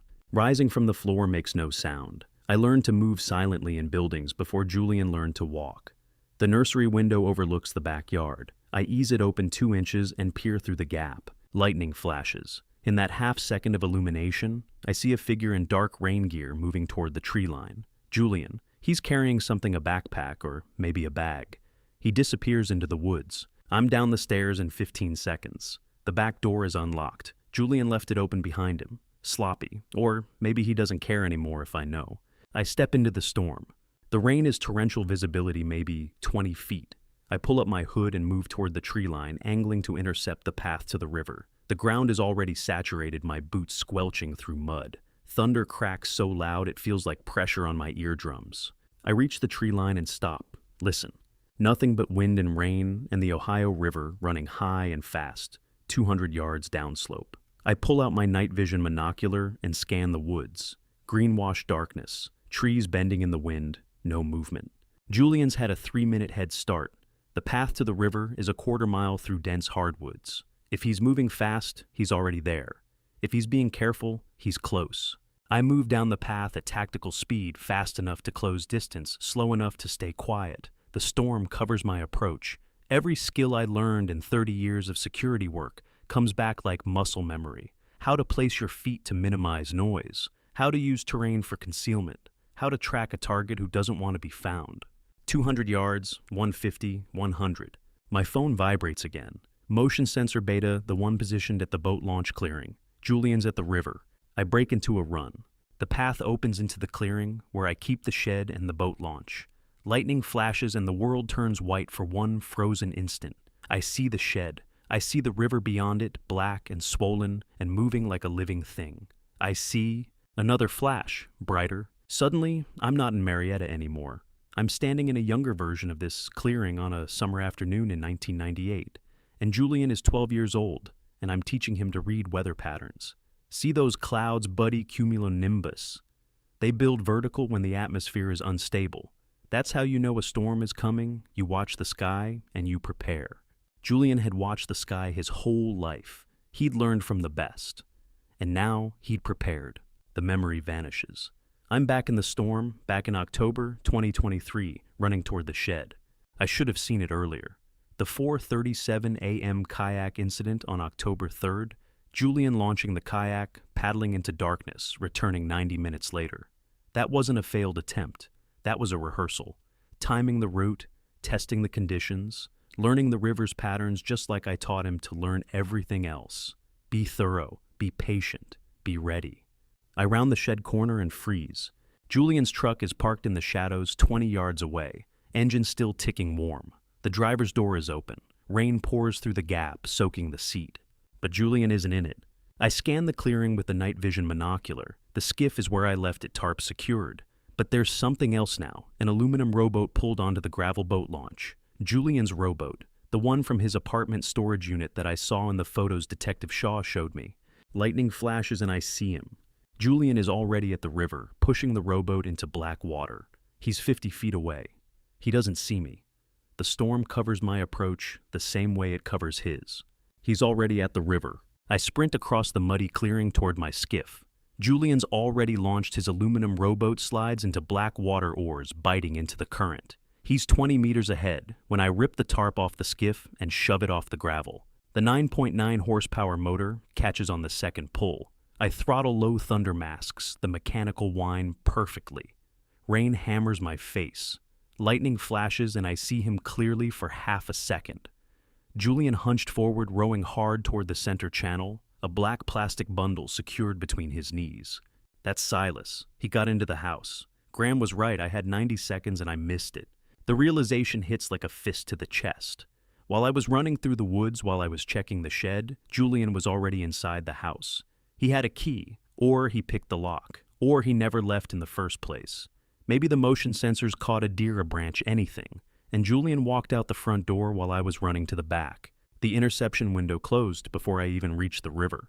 I throttled down to idle, let the skiff drift. Julian's 50 feet ahead, now rowing into the teeth of the storm.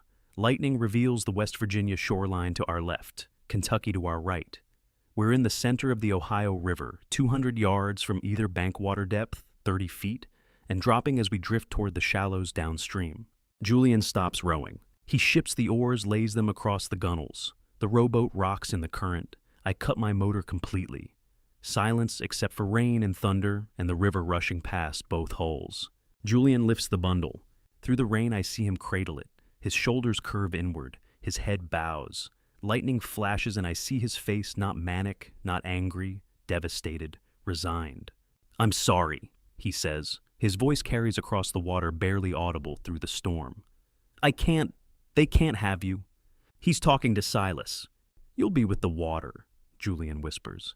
"Clean, safe from them. Move now or it's too late."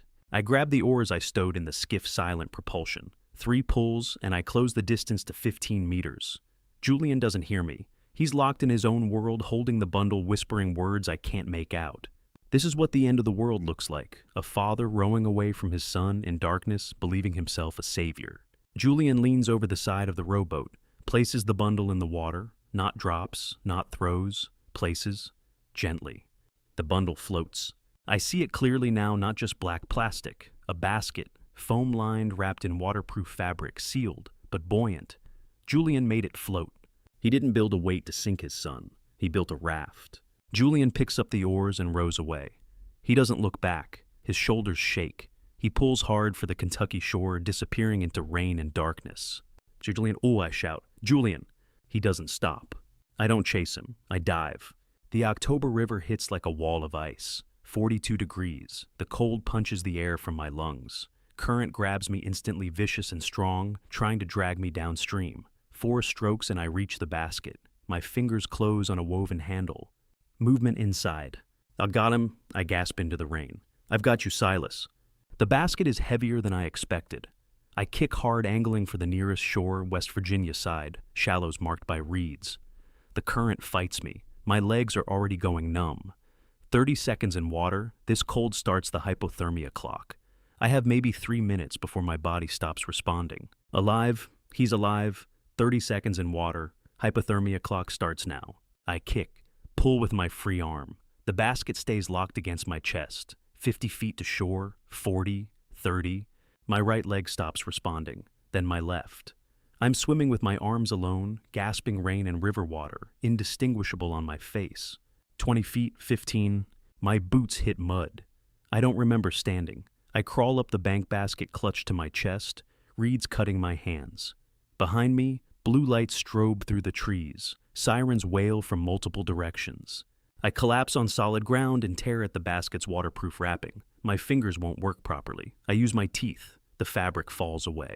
Silas is inside, wrapped in dry blankets, wearing a tiny life vest. His face is red. His mouth is open. He's crying. "You're okay," I gasp, pulling him against my chest. "You're okay. I've got you." The baby's cry is the most beautiful sound I've ever heard. Footsteps pound down the bank behind me. Flashlight beams cut through the rain. "Here," I shout toward the lights. "Baby's safe. We're here." Graham Whitaker reaches me first, radio in one hand, flashlight in the other. He takes one look at me, collapsed in the mud, Silas clutched to my chest, both of us soaked and shaking. "Ah, medic," Graham shouts over his shoulder, then to me. "Where's Julian?" I point downriver into the darkness, into the storm, into the place where my son disappeared. "He let the baby go and ran." Graham barks orders into his radio. Within 90 seconds, strobing blue and red lights lock down the riverbank a quarter-mile downstream. I watch from where the medics wrapped me in an emergency blanket, Silas pressed against my chest. 4 tactical spotlights ignite, turning night into surgical daylight, where the Kentucky shore curves back toward Ohio. Julian's aluminum rowboat drifts directly into the light. He guides it to shore with slow mechanical strokes, steps into the mud, looks up into the spotlights. 4 officers approach with weapons drawn, shouting commands I can hear even from here. On the ground, hands where we can see them. Julian doesn't run, doesn't fight, just stands there, soaked and vacant, arms at his sides. Graham's hand grips my shoulder. "Stay here." I don't stay. I walk toward the lights, Silas bundled against me, medics calling after me. 30 meters from Julian when the officers reach him. They're shouting, weapons aimed, but Julian isn't moving. He's staring past them, at me. "Did you—" Julian's voice carries across the mud, distant and confused. "Did you get him?" The question lands like a knife between my ribs. An officer forces Julian face down into the mud, cuffs snapping onto his wrists. Julian doesn't resist. He turns his head cheek, pressed into the dirt, eyes locked on mine. "Is he okay?" Julian asks, not angry, not desperate, just asking like he's waking from a dream and trying to remember why he's here. Graham appears beside me, voice quiet. "He's not running. It's over." But it's not over. It's just starting. Julian smiled at me when the officers pulled him up. Empty, dreamlike, like he was relieved, like some part of him wanted to be stopped. Marietta Memorial Hospital at 3 a.m. Looks like every emergency room I've ever seen. Fluorescent lights, antiseptic smell, controlled chaos. They take Silas from me gently. A nurse guides me to a plastic chair while they work. Dr. Celeste Ramsey emerges 20 minutes later, mid-40s, steady hands. The kind of calm competence you want in a crisis. She's the attending pediatrician, and her face tells me news before her mouth does. "He's stable," she says, sitting beside me. "Core temperature is 95.8 degrees, treatable. The waterproof layering held." My throat closes. "Can I see him?" "In a moment." She pauses. "Mr. Howard, 10 more minutes in that water, and we'd be having a very different conversation. You saved his life." 10 more minutes. The distance between my grandson living and dying, measured in seconds I didn't have. They let me hold Silas while warming blankets do their work. His tiny heartbeat thumps against my chest, steady, alive, furious at being cold and wet. I press my face against his head and breathe. I stopped it. I saved him. So, why does it feel like I'm drowning? 4:30 a.m., Washington County Sheriff's Office. 2 detectives sit across a metal table from me. Graham stands against the wall, arms crossed.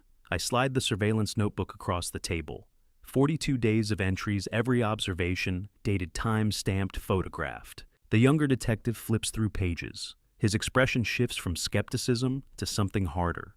"You documented all of this?" he asks. "For 6 weeks, I'm a former federal security officer," I say. My voice sounds like it belongs to someone else. "When I saw the pattern, I logged it." The older detective studies a photograph I took on October the 3rd. Julian launching the kayak at 4:37 a.m. This was the rehearsal. Yes. Graham steps forward. His methodology saved the child. Without the surveillance positioning, without the tactical coordination, Silas Howard would be dead. The detectives exchange a look. The older one closes the notebook. 20 years. Julian is 37. He'll be 57 when he gets out. Silas will be 20. How do you reconcile being right and being destroyed, saving a life by ending another?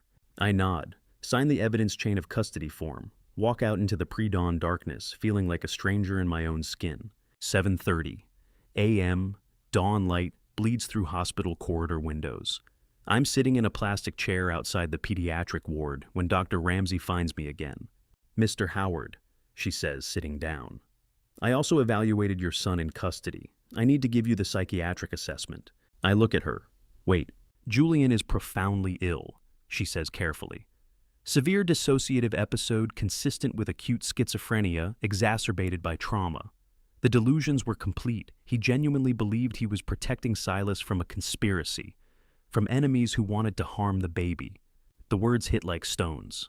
"Can he—" I can't finish the sentence. "Can he recover? Can he be fixed? Can I have my son back?" I knew. Somewhere deep I knew Julian was sick. But I didn't know this. Didn't know it was this complete, this broken. "He thought he was saving Silas," I say. "Yes." Dr. Ramsey leaves. I sit in the corridor staring at nothing. Nurses pass. A doctor pages someone overhead. The world keeps turning, and I'm frozen in this plastic chair trying to understand how I failed my son so completely that he tried to drown his own child while believing he was a hero. Graham finds me there an hour later, sits beside me without speaking. Finally, his hand settles on my shoulder. "You did the only thing you could," he says quietly. "Sometimes that's all that anchors you. Grief is an anchor. It doesn't stop you from sinking, just slows the descent enough to breathe." Footsteps echo down the corridor. I look up. Ruth Howard walks toward us, face carved from stone. She's wearing the same clothes from yesterday. Her eyes are red. She's been crying for hours. "Ruth," I start. She stops 3 feet away, looks at me, at Graham, back to me. "I was at the jail," she says. Her voice is flat, dead. "I saw Julian." I stand. "How is he—" Ruth's face doesn't change. "He doesn't remember doing it," she says. "He thinks you kidnapped Silas from him." Ruth's words hang in the hospital corridor like smoke. "Julian doesn't remember. He thinks I kidnapped Silas. The delusion is complete." "What did he say to you?" I ask. Ruth's face doesn't change. "He said you've been planning this for months, that you manipulated everyone, that he was protecting Silas from you." The world tilts. I steady myself against the wall. "Ruth, I know," she says, voice cracking. "I know what happened. I know what you did, but he's my son Otis, and he's so broken." She walks past me without another word. Graham watches her go, then looks at me. "Give her time," he says. "Time, like that fixes anything." The courtroom is small, clinical, almost empty. Judge Vera Ashford, mid-50s, sharp eyes, gray hair, pulled back in a tight bun, presides from the bench. Defense counsel sits beside Julian in an orange jumpsuit. The prosecutor arranges files at her table. Dr. Ramsey sits in the gallery behind me. Julian stares at nothing. His face is thinner than I remember, hollow. The medication makes him vacant. Judge Ashford brings the gavel down once. "This court is convened for forensic commitment hearing, State versus Julian Michael Howard. Dr. Ramsey, the court has your 120-day evaluation. Summarize your findings." Dr. Ramsey takes the stand. "Mr. Howard presents with acute schizophrenia, paranoid subtype triggered by traumatic stressor, specifically his ex-wife's near-fatal accident. The delusions are systematic and entrenched. He believes his father orchestrated a conspiracy to kidnap his son." The defense attorney stands. "Your Honor, this condition is treatable. Supervised outpatient care with medication compliance would suffice. My client has no prior criminal history. The prosecutor rises. Your Honor, this defendant placed a 10-month-old infant in the Ohio River during a storm. The only reason the child survived is because the defendant's father conducted professional-grade surveillance and tactical interception. The risk calculus is clear. Without residential commitment, he will attempt again. Judge Ashford looks at Julian. Mr. Howard, do you understand these proceedings? Julian's eyes drift to the judge. When can I see my son? We're here to determine. He took him, Julian says flatly. My father took Silas. I need to get him back. 4 months, 120 days of psychiatric treatment, and he still believes the delusion completely. Judge Ashford's expression doesn't change. Mr. Howard, you are aware that you were arrested for attempted murder. I didn't hurt anyone, Julian says. I was trying to save him. The judge looks at me. Mr. Otis Howard, please take the stand. I walk to the witness box, raise my right hand, swear to tell the truth, sit down with the surveillance notebook in my lap. Mr. Howard, the prosecutor begins. Why did you conduct surveillance on your own son? Because I recognized pre-operational behavior, I say. My voice sounds steady, professional, like I'm briefing a client instead of testifying against my child. I have 4 decades of experience in protective services. I knew what was coming. Explain your methodology. I open the notebook. June 26, 2023. Julian moved into my home exhibiting paranoid ideation. By July 15th, the pattern was established: obsessive focus on the infant, claims of external threats, erratic sleep schedule. I logged every observation with timestamps and photographs. I turned pages, exhibits admitted one by one, photos of Julian at 4:37 a.m. launching the kayak, transcribed statements about enemies and danger, tactical assessment of river access routes. I logged everything, so when it happened, there would be no question that it was systematic, not impulsive. Julian watches me from the defense table. His eyes are empty, not angry, not hurt, just empty, like he's looking through glass at a stranger. Julian looks through me like I'm transparent, the father who raised him, erased, replaced by a phantom enemy. Thank you, Mr. Howard, the prosecutor says. No further questions. I step down, walk past Julian. He doesn't react. Dr. Ramsey returns to the stand. Without residential treatment, recidivism risk approaches certainty. The delusions are fixed. He genuinely believes the infant was in danger. Given opportunity, he will attempt again. Judge Ashford reviews documents in silence for 2 minutes. Then she speaks. The court finds clear and convincing evidence of substantial danger to others. Pursuant to Ohio Revised Code 5122.15. Julian Michael Howard is committed to Riverbend Psychiatric Center for involuntary residential treatment duration. Indefinite pending state medical board certification of 0 risk to child or public. The gavel falls. Furthermore, Judge Ashford continues. Communication blackout is imposed. Mr. Julian Howard shall have no contact with the minor child or the reporting party until medical certification is complete. No contact, no visits, no calls. I just sentenced my son to a psychiatric prison, and I might never speak to him again. Because it's the only way to keep everyone alive. 2 weeks later, I sit across from Clara Stafford, late 30s, blonde hair, in a practical ponytail, CPS badge clipped to her belt, in a windowless office at Child Protective Services. Silas sits on the floor, playing with blocks 14 months old, now babbling to himself. Clara reviews a thick file. Home inspection passed. Financial stability confirmed. Federal pension secure at $41,000 annually. Background checks pristine. References strong. Medical reports show the child is thriving. She closes the file, looks at me. You're 52 years old, Mr. Howard. That means you'll be 70 when Silas graduates high school. Have you considered that?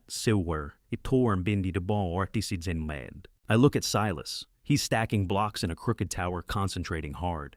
I've been ready since I drove 14 hours just to be there when he took his first breath. I say. Clara watches me for a long moment. Then she pulls out a form, stamps it twice. Recommendation goes to Judge Ashford in 2 weeks, she says. You've done everything right, Mr. Howard. I've seen a lot of cases. This one, you gave up everything to save that child.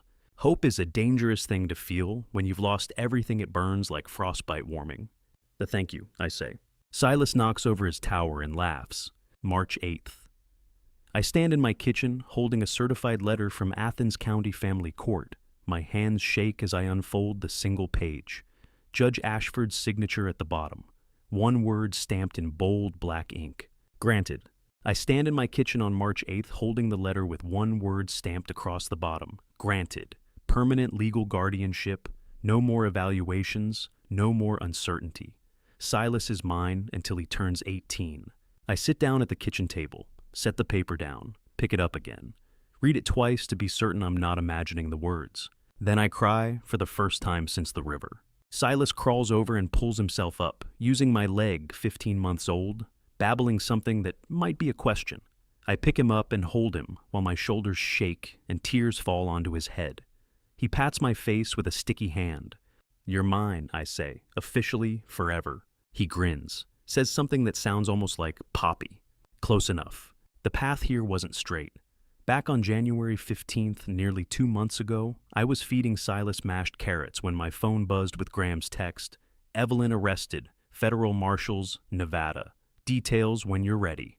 I set down the spoon, called him back. "She's been indicted," Graham said without preamble. "Organized wire fraud, identity theft, grand larceny. They've documented at least 3 victims across 4 states. Same pattern every time. Mary manipulate mortgage documents, disappear with the equity." I listened in silence. Silas banged his spoon on the high chair tray. "The feds froze her assets for restitution," Graham continued. "You'll see some of it. Won't cover everything, but it's something. Justice isn't fast, Otis, but it catches up." "Julian married a predator and never knew it," I said. "No wonder he broke." "She was a professional," Graham said. "This wasn't opportunistic. She refined the operation across multiple targets. Julian never had a chance." I thanked Graham, hung up, went back to feeding Silas.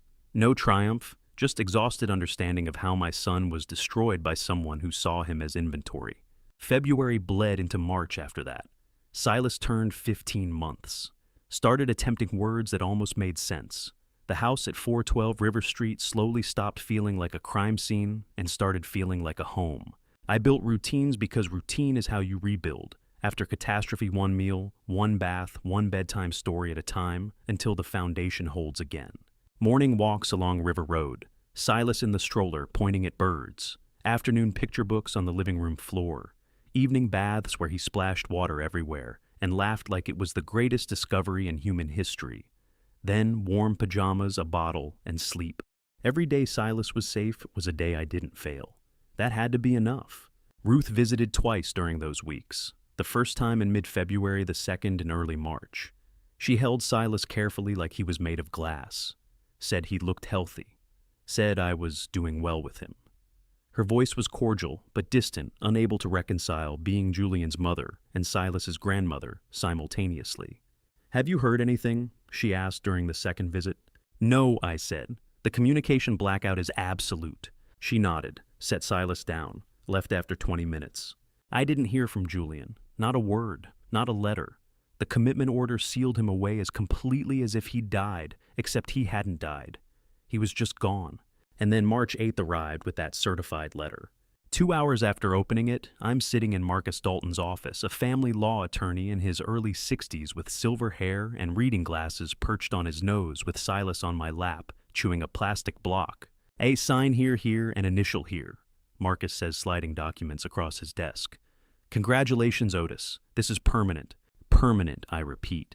That's a word I haven't been able to believe in for a while. Marcus notarizes each signature with practiced efficiency, makes copies, hands me the certified original in a manila folder with the word permanent written on the tab in black marker. "You've been through hell," Marcus says, "but you did everything right. That boy is lucky to have you." I look down at Silas. He's oblivious to the weight of this moment, just happy to be gnawing on a block and sitting on my lap. At 52 years old, and I'm starting over, I say. But I'd do it 1,000 times for this boy. We walk out into crisp March morning. The sky is bright blue temperature in the low 50s, first real hint of spring after a brutal winter. I lift Silas onto my shoulder. He babbles at the clouds, pointing at nothing and everything. Silas babbles nonsense at the clouds, and I realize this is what joy sounds like after you've forgotten the language. I think about Julian locked in Riverbend Psychiatric Center, mind shattered. I think about Evelyn in federal custody facing 20 years. I think about the 42 days I spent logging my son's descent into madness. I think about the storm and the river, and the moment I pulled Silas from Blackwater. Everything lost, everything saved. I'm never going to set him down. I say aloud to the sky, to the clouds Silas is babbling at, to whatever force in the universe is listening. It's both promise and acceptance. I will carry this responsibility and this love until my last day. The burden Julian couldn't bear, I'll carry voluntarily. Not because I have to, because I choose to. That evening, Silas falls asleep against my chest in the living room recliner, warm weight of him, rising and falling with each breath. I sit perfectly still, one hand on his back, and for the first time, allow myself to imagine the future. First day of kindergarten, me walking him to the bus stop, waving as he climbs aboard. Little league games, me in the stands cheering while he swings a bat too big for his hands. High school graduation, me 70 years old, in the audience watching him walk across the stage. It's possible, all of it. We survived the worst. The rest is just time and love and showing up every single day. My phone buzzes on the side table. Email notification. I pick it up with my free hand, careful not to wake Silas. The subject line stops my breath. Patient status update, Julian Howard. Sender, Riverbend Psychiatric Center. I open the email from Riverbend that evening in March 2024. Patient status update. Stable condition medication, compliance, satisfactory, no imminent changes recommended. Clinical language. No indication Julian remembers anything. No request for contact. I close the phone, hold Silas closer, let the past stay where it is. December the 2025. 2 years after the river, I open the mailbox at 412 River Street and find a letter with Riverbend Psychiatric Center letterhead. My hands remember how to shake. Inside the house, I set my keys on the counter. Silas is in the living room watching cartoons, almost 3 years old. Now pajamas still on from this morning. Saturday routine, pancakes and cartoons and no agenda. I sit at the kitchen table, open the envelope. The letter is from Dr. Michael Brennan, Medical Superintendent. 2 pages typed formal. I read slowly. Patient demonstrates sustained cognitive stabilization following 26 months of residential treatment. Reality testing consistently appropriate. Delusional ideation absent for 14 consecutive months. Patient has achieved full comprehension of index offense and exhibits profound remorse. Medication regimen stabilized. Prognosis guarded but improved. I stop breathing. Patient has requested supervised communication channel with father. While facility policy permits conditional contact, at this stage of recovery, decision remains with family. Attached correspondence provided per patient request, reviewed by clinical team for appropriateness. There's a second page, handwritten. Julian's handwriting unmistakable even after 2 years. Dad, I remember everything now. I'm so sorry. Is there any way back from what I did? 3 sentences, 26 months of psychiatric treatment distilled into 12 words. He's in there. My son is still in there, buried under all that wreckage, clawing his way back to the surface. I set the letter down with hands that won't stay steady. Poppy, look, Silas calls from the living room. Tower tall as me. I walk to the doorway. Silas has built a block tower that reaches his shoulder, precarious and proud. He grins at me with a gap where his front tooth used to be lost it last week eating an apple. That's amazing, buddy, I say. You're getting so strong. He knocks the tower over and laughs, already rebuilding. The house is child-proofed floor to ceiling. Outlet covers, cabinet locks, foam corners on every sharp edge. The walls are covered with his drawings, mostly scribbles, but some are recognizable as people houses dogs. The refrigerator has a magnet chart tracking his bedtime routine, brush teeth, pajamas, story, song, sleep. This boy has never known fear in his own home. Never wondered if the adults protecting him might hurt him. Never had a reason to doubt that tomorrow will be safe. I built that safety from the ruins of my son's breakdown. It's not negotiable. This piece cost everything. I won't risk it even for Julian's recovery. That evening after Silas's bedtime, teeth brushed, 3 stories, read, lullaby, sung. I sit at the kitchen table for an hour with Julian's note and a blank sheet of paper. A pen sits between them. I think about the boy Julian was. 7 years old, learning to swim in the Ohio River, fearless and laughing. 12 years old, reading weather patterns, asking questions about every cloud formation. 22 years old, graduating from Cincinnati with a business degree hugging me so tight I couldn't breathe. I think about the man he became. 35 years old, marrying a woman who saw him as inventory. 37 years old, mind fracturing under trauma he couldn't process. 37 years old, placing his infant son in a river and rowing away. I think about the fractured soul he is now. 39 years old, remembering everything, living with the knowledge of what he tried to do. How do you measure love? By who you save or who you can't? Forgiveness isn't the question. I forgave Julian the night of the river the moment I understood his mind had shattered. Mental illness isn't a choice. It's a catastrophe that happens to people, not a moral failure. The question is access, and the answer, painful as it is, remains no.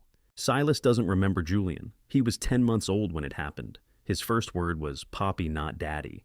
He has no memory of the storm, the river, the cold water. No nightmares, no fear.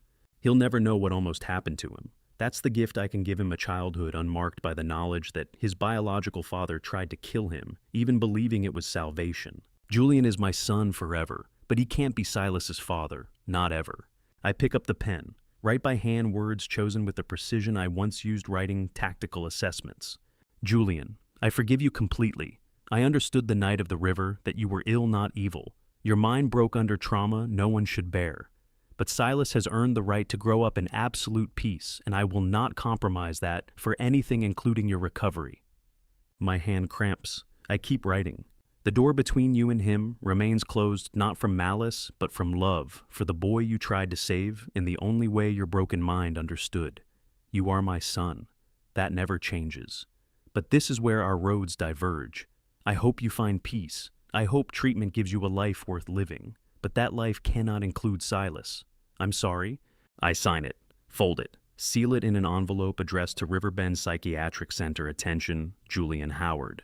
Set it by the door for the morning mail. Some doors close not because there's no love on the other side, but because there's too much at stake to risk opening them again. On the wall above the kitchen table hangs a framed photograph from Silas's second birthday last October. Cake smeared across his face, chocolate frosting in his hair, eyes wide with pure joy at the candles I helped him blow out. Ruth is in the background holding him tightly. I'm beside them, hand on Silas's back. A family fractured and rebuilt. Not what any of us planned, but real. I touch the frame with my fingertips. My son is gone. I say to the empty kitchen, to the sleeping house, to the ghost of the boy Julian used to be. You had a daddy who loved you very much, I say. But he got sick in his mind and couldn't take care of you, so now I'm your dad. Silas tilts his head, processing this with the gravity only a 3-year-old can bring to scrambled eggs in a Tuesday morning. So you're my dad now? Yes, forever. He nods, once satisfied the way children accept large truths that would crush adults, and takes another bite. Can we go see the ducks at the river? Something loosens in my chest. I'd been bracing for tears, for questions I didn't have answers to, for the moment the weight of this family's history landed on his small shoulders. Instead, I got ducks. Yeah, buddy, we can go see the ducks. We walked 10 minutes to the riverbank that afternoon, Silas stopping to investigate every frozen puddle, every crow, every stick that might be a sword. The December air is crisp but gentle. Ohio moves quietly today, silver in the winter light. Silas crouches at the water's edge and peers in with the focused curiosity of a scientist. Dad, he tests the word like new shoes checking the fit. Right here. Why does the river keep going? I kneel beside him. Because that's what rivers do. They don't stop. They just carry things forward. He thinks about this. Finds a stone. Throws it with everything he has. Watch the ripples spread and dissolve. I want to come back tomorrow, he announces. Deal. He takes my hand for the walk home, his small fingers trusting and warm. The river carries its ghosts downstream behind us. Ahead of us, dinner, a bath, 2 stories, and sleep. Tomorrow, we get tomorrow. That's everything. And to you listening to my story, remember this. Sometimes the people we love most can become the greatest threat to those we're sworn to protect. Looking back, I wonder if I could have seen the signs earlier. Could I have gotten Julian help before his mind shattered? I don't know. But I learned that protecting family isn't always about keeping everyone together. Sometimes it's about making impossible choices that tear you apart to keep the innocent safe. Don't make my mistake of waiting too long to act when you see danger even from someone you love. This family story taught me that love doesn't always look like forgiveness and reunion. Sometimes love looks like boundaries that can never be crossed. The hardest lesson from this family betrayal was accepting that I could forgive Julian completely while still choosing to protect Silas from him forever. That's not cruelty, that's wisdom born from family betrayal. I believe God gave me the skills and instincts I needed to save that boy, even though it meant losing my son in the process. Every family story involving betrayal forces you to decide who deserves your protection most when you can't protect everyone.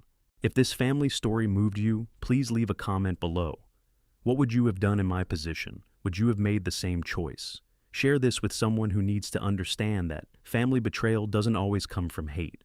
Sometimes it comes from mental illness. And if you haven't already subscribed to Revenge Dad for more true stories about impossible choices. Thank you for staying until the end. Some details have been adjusted for storytelling, but the heart of this message about love sacrifice and impossible choices is what I hope stays with you.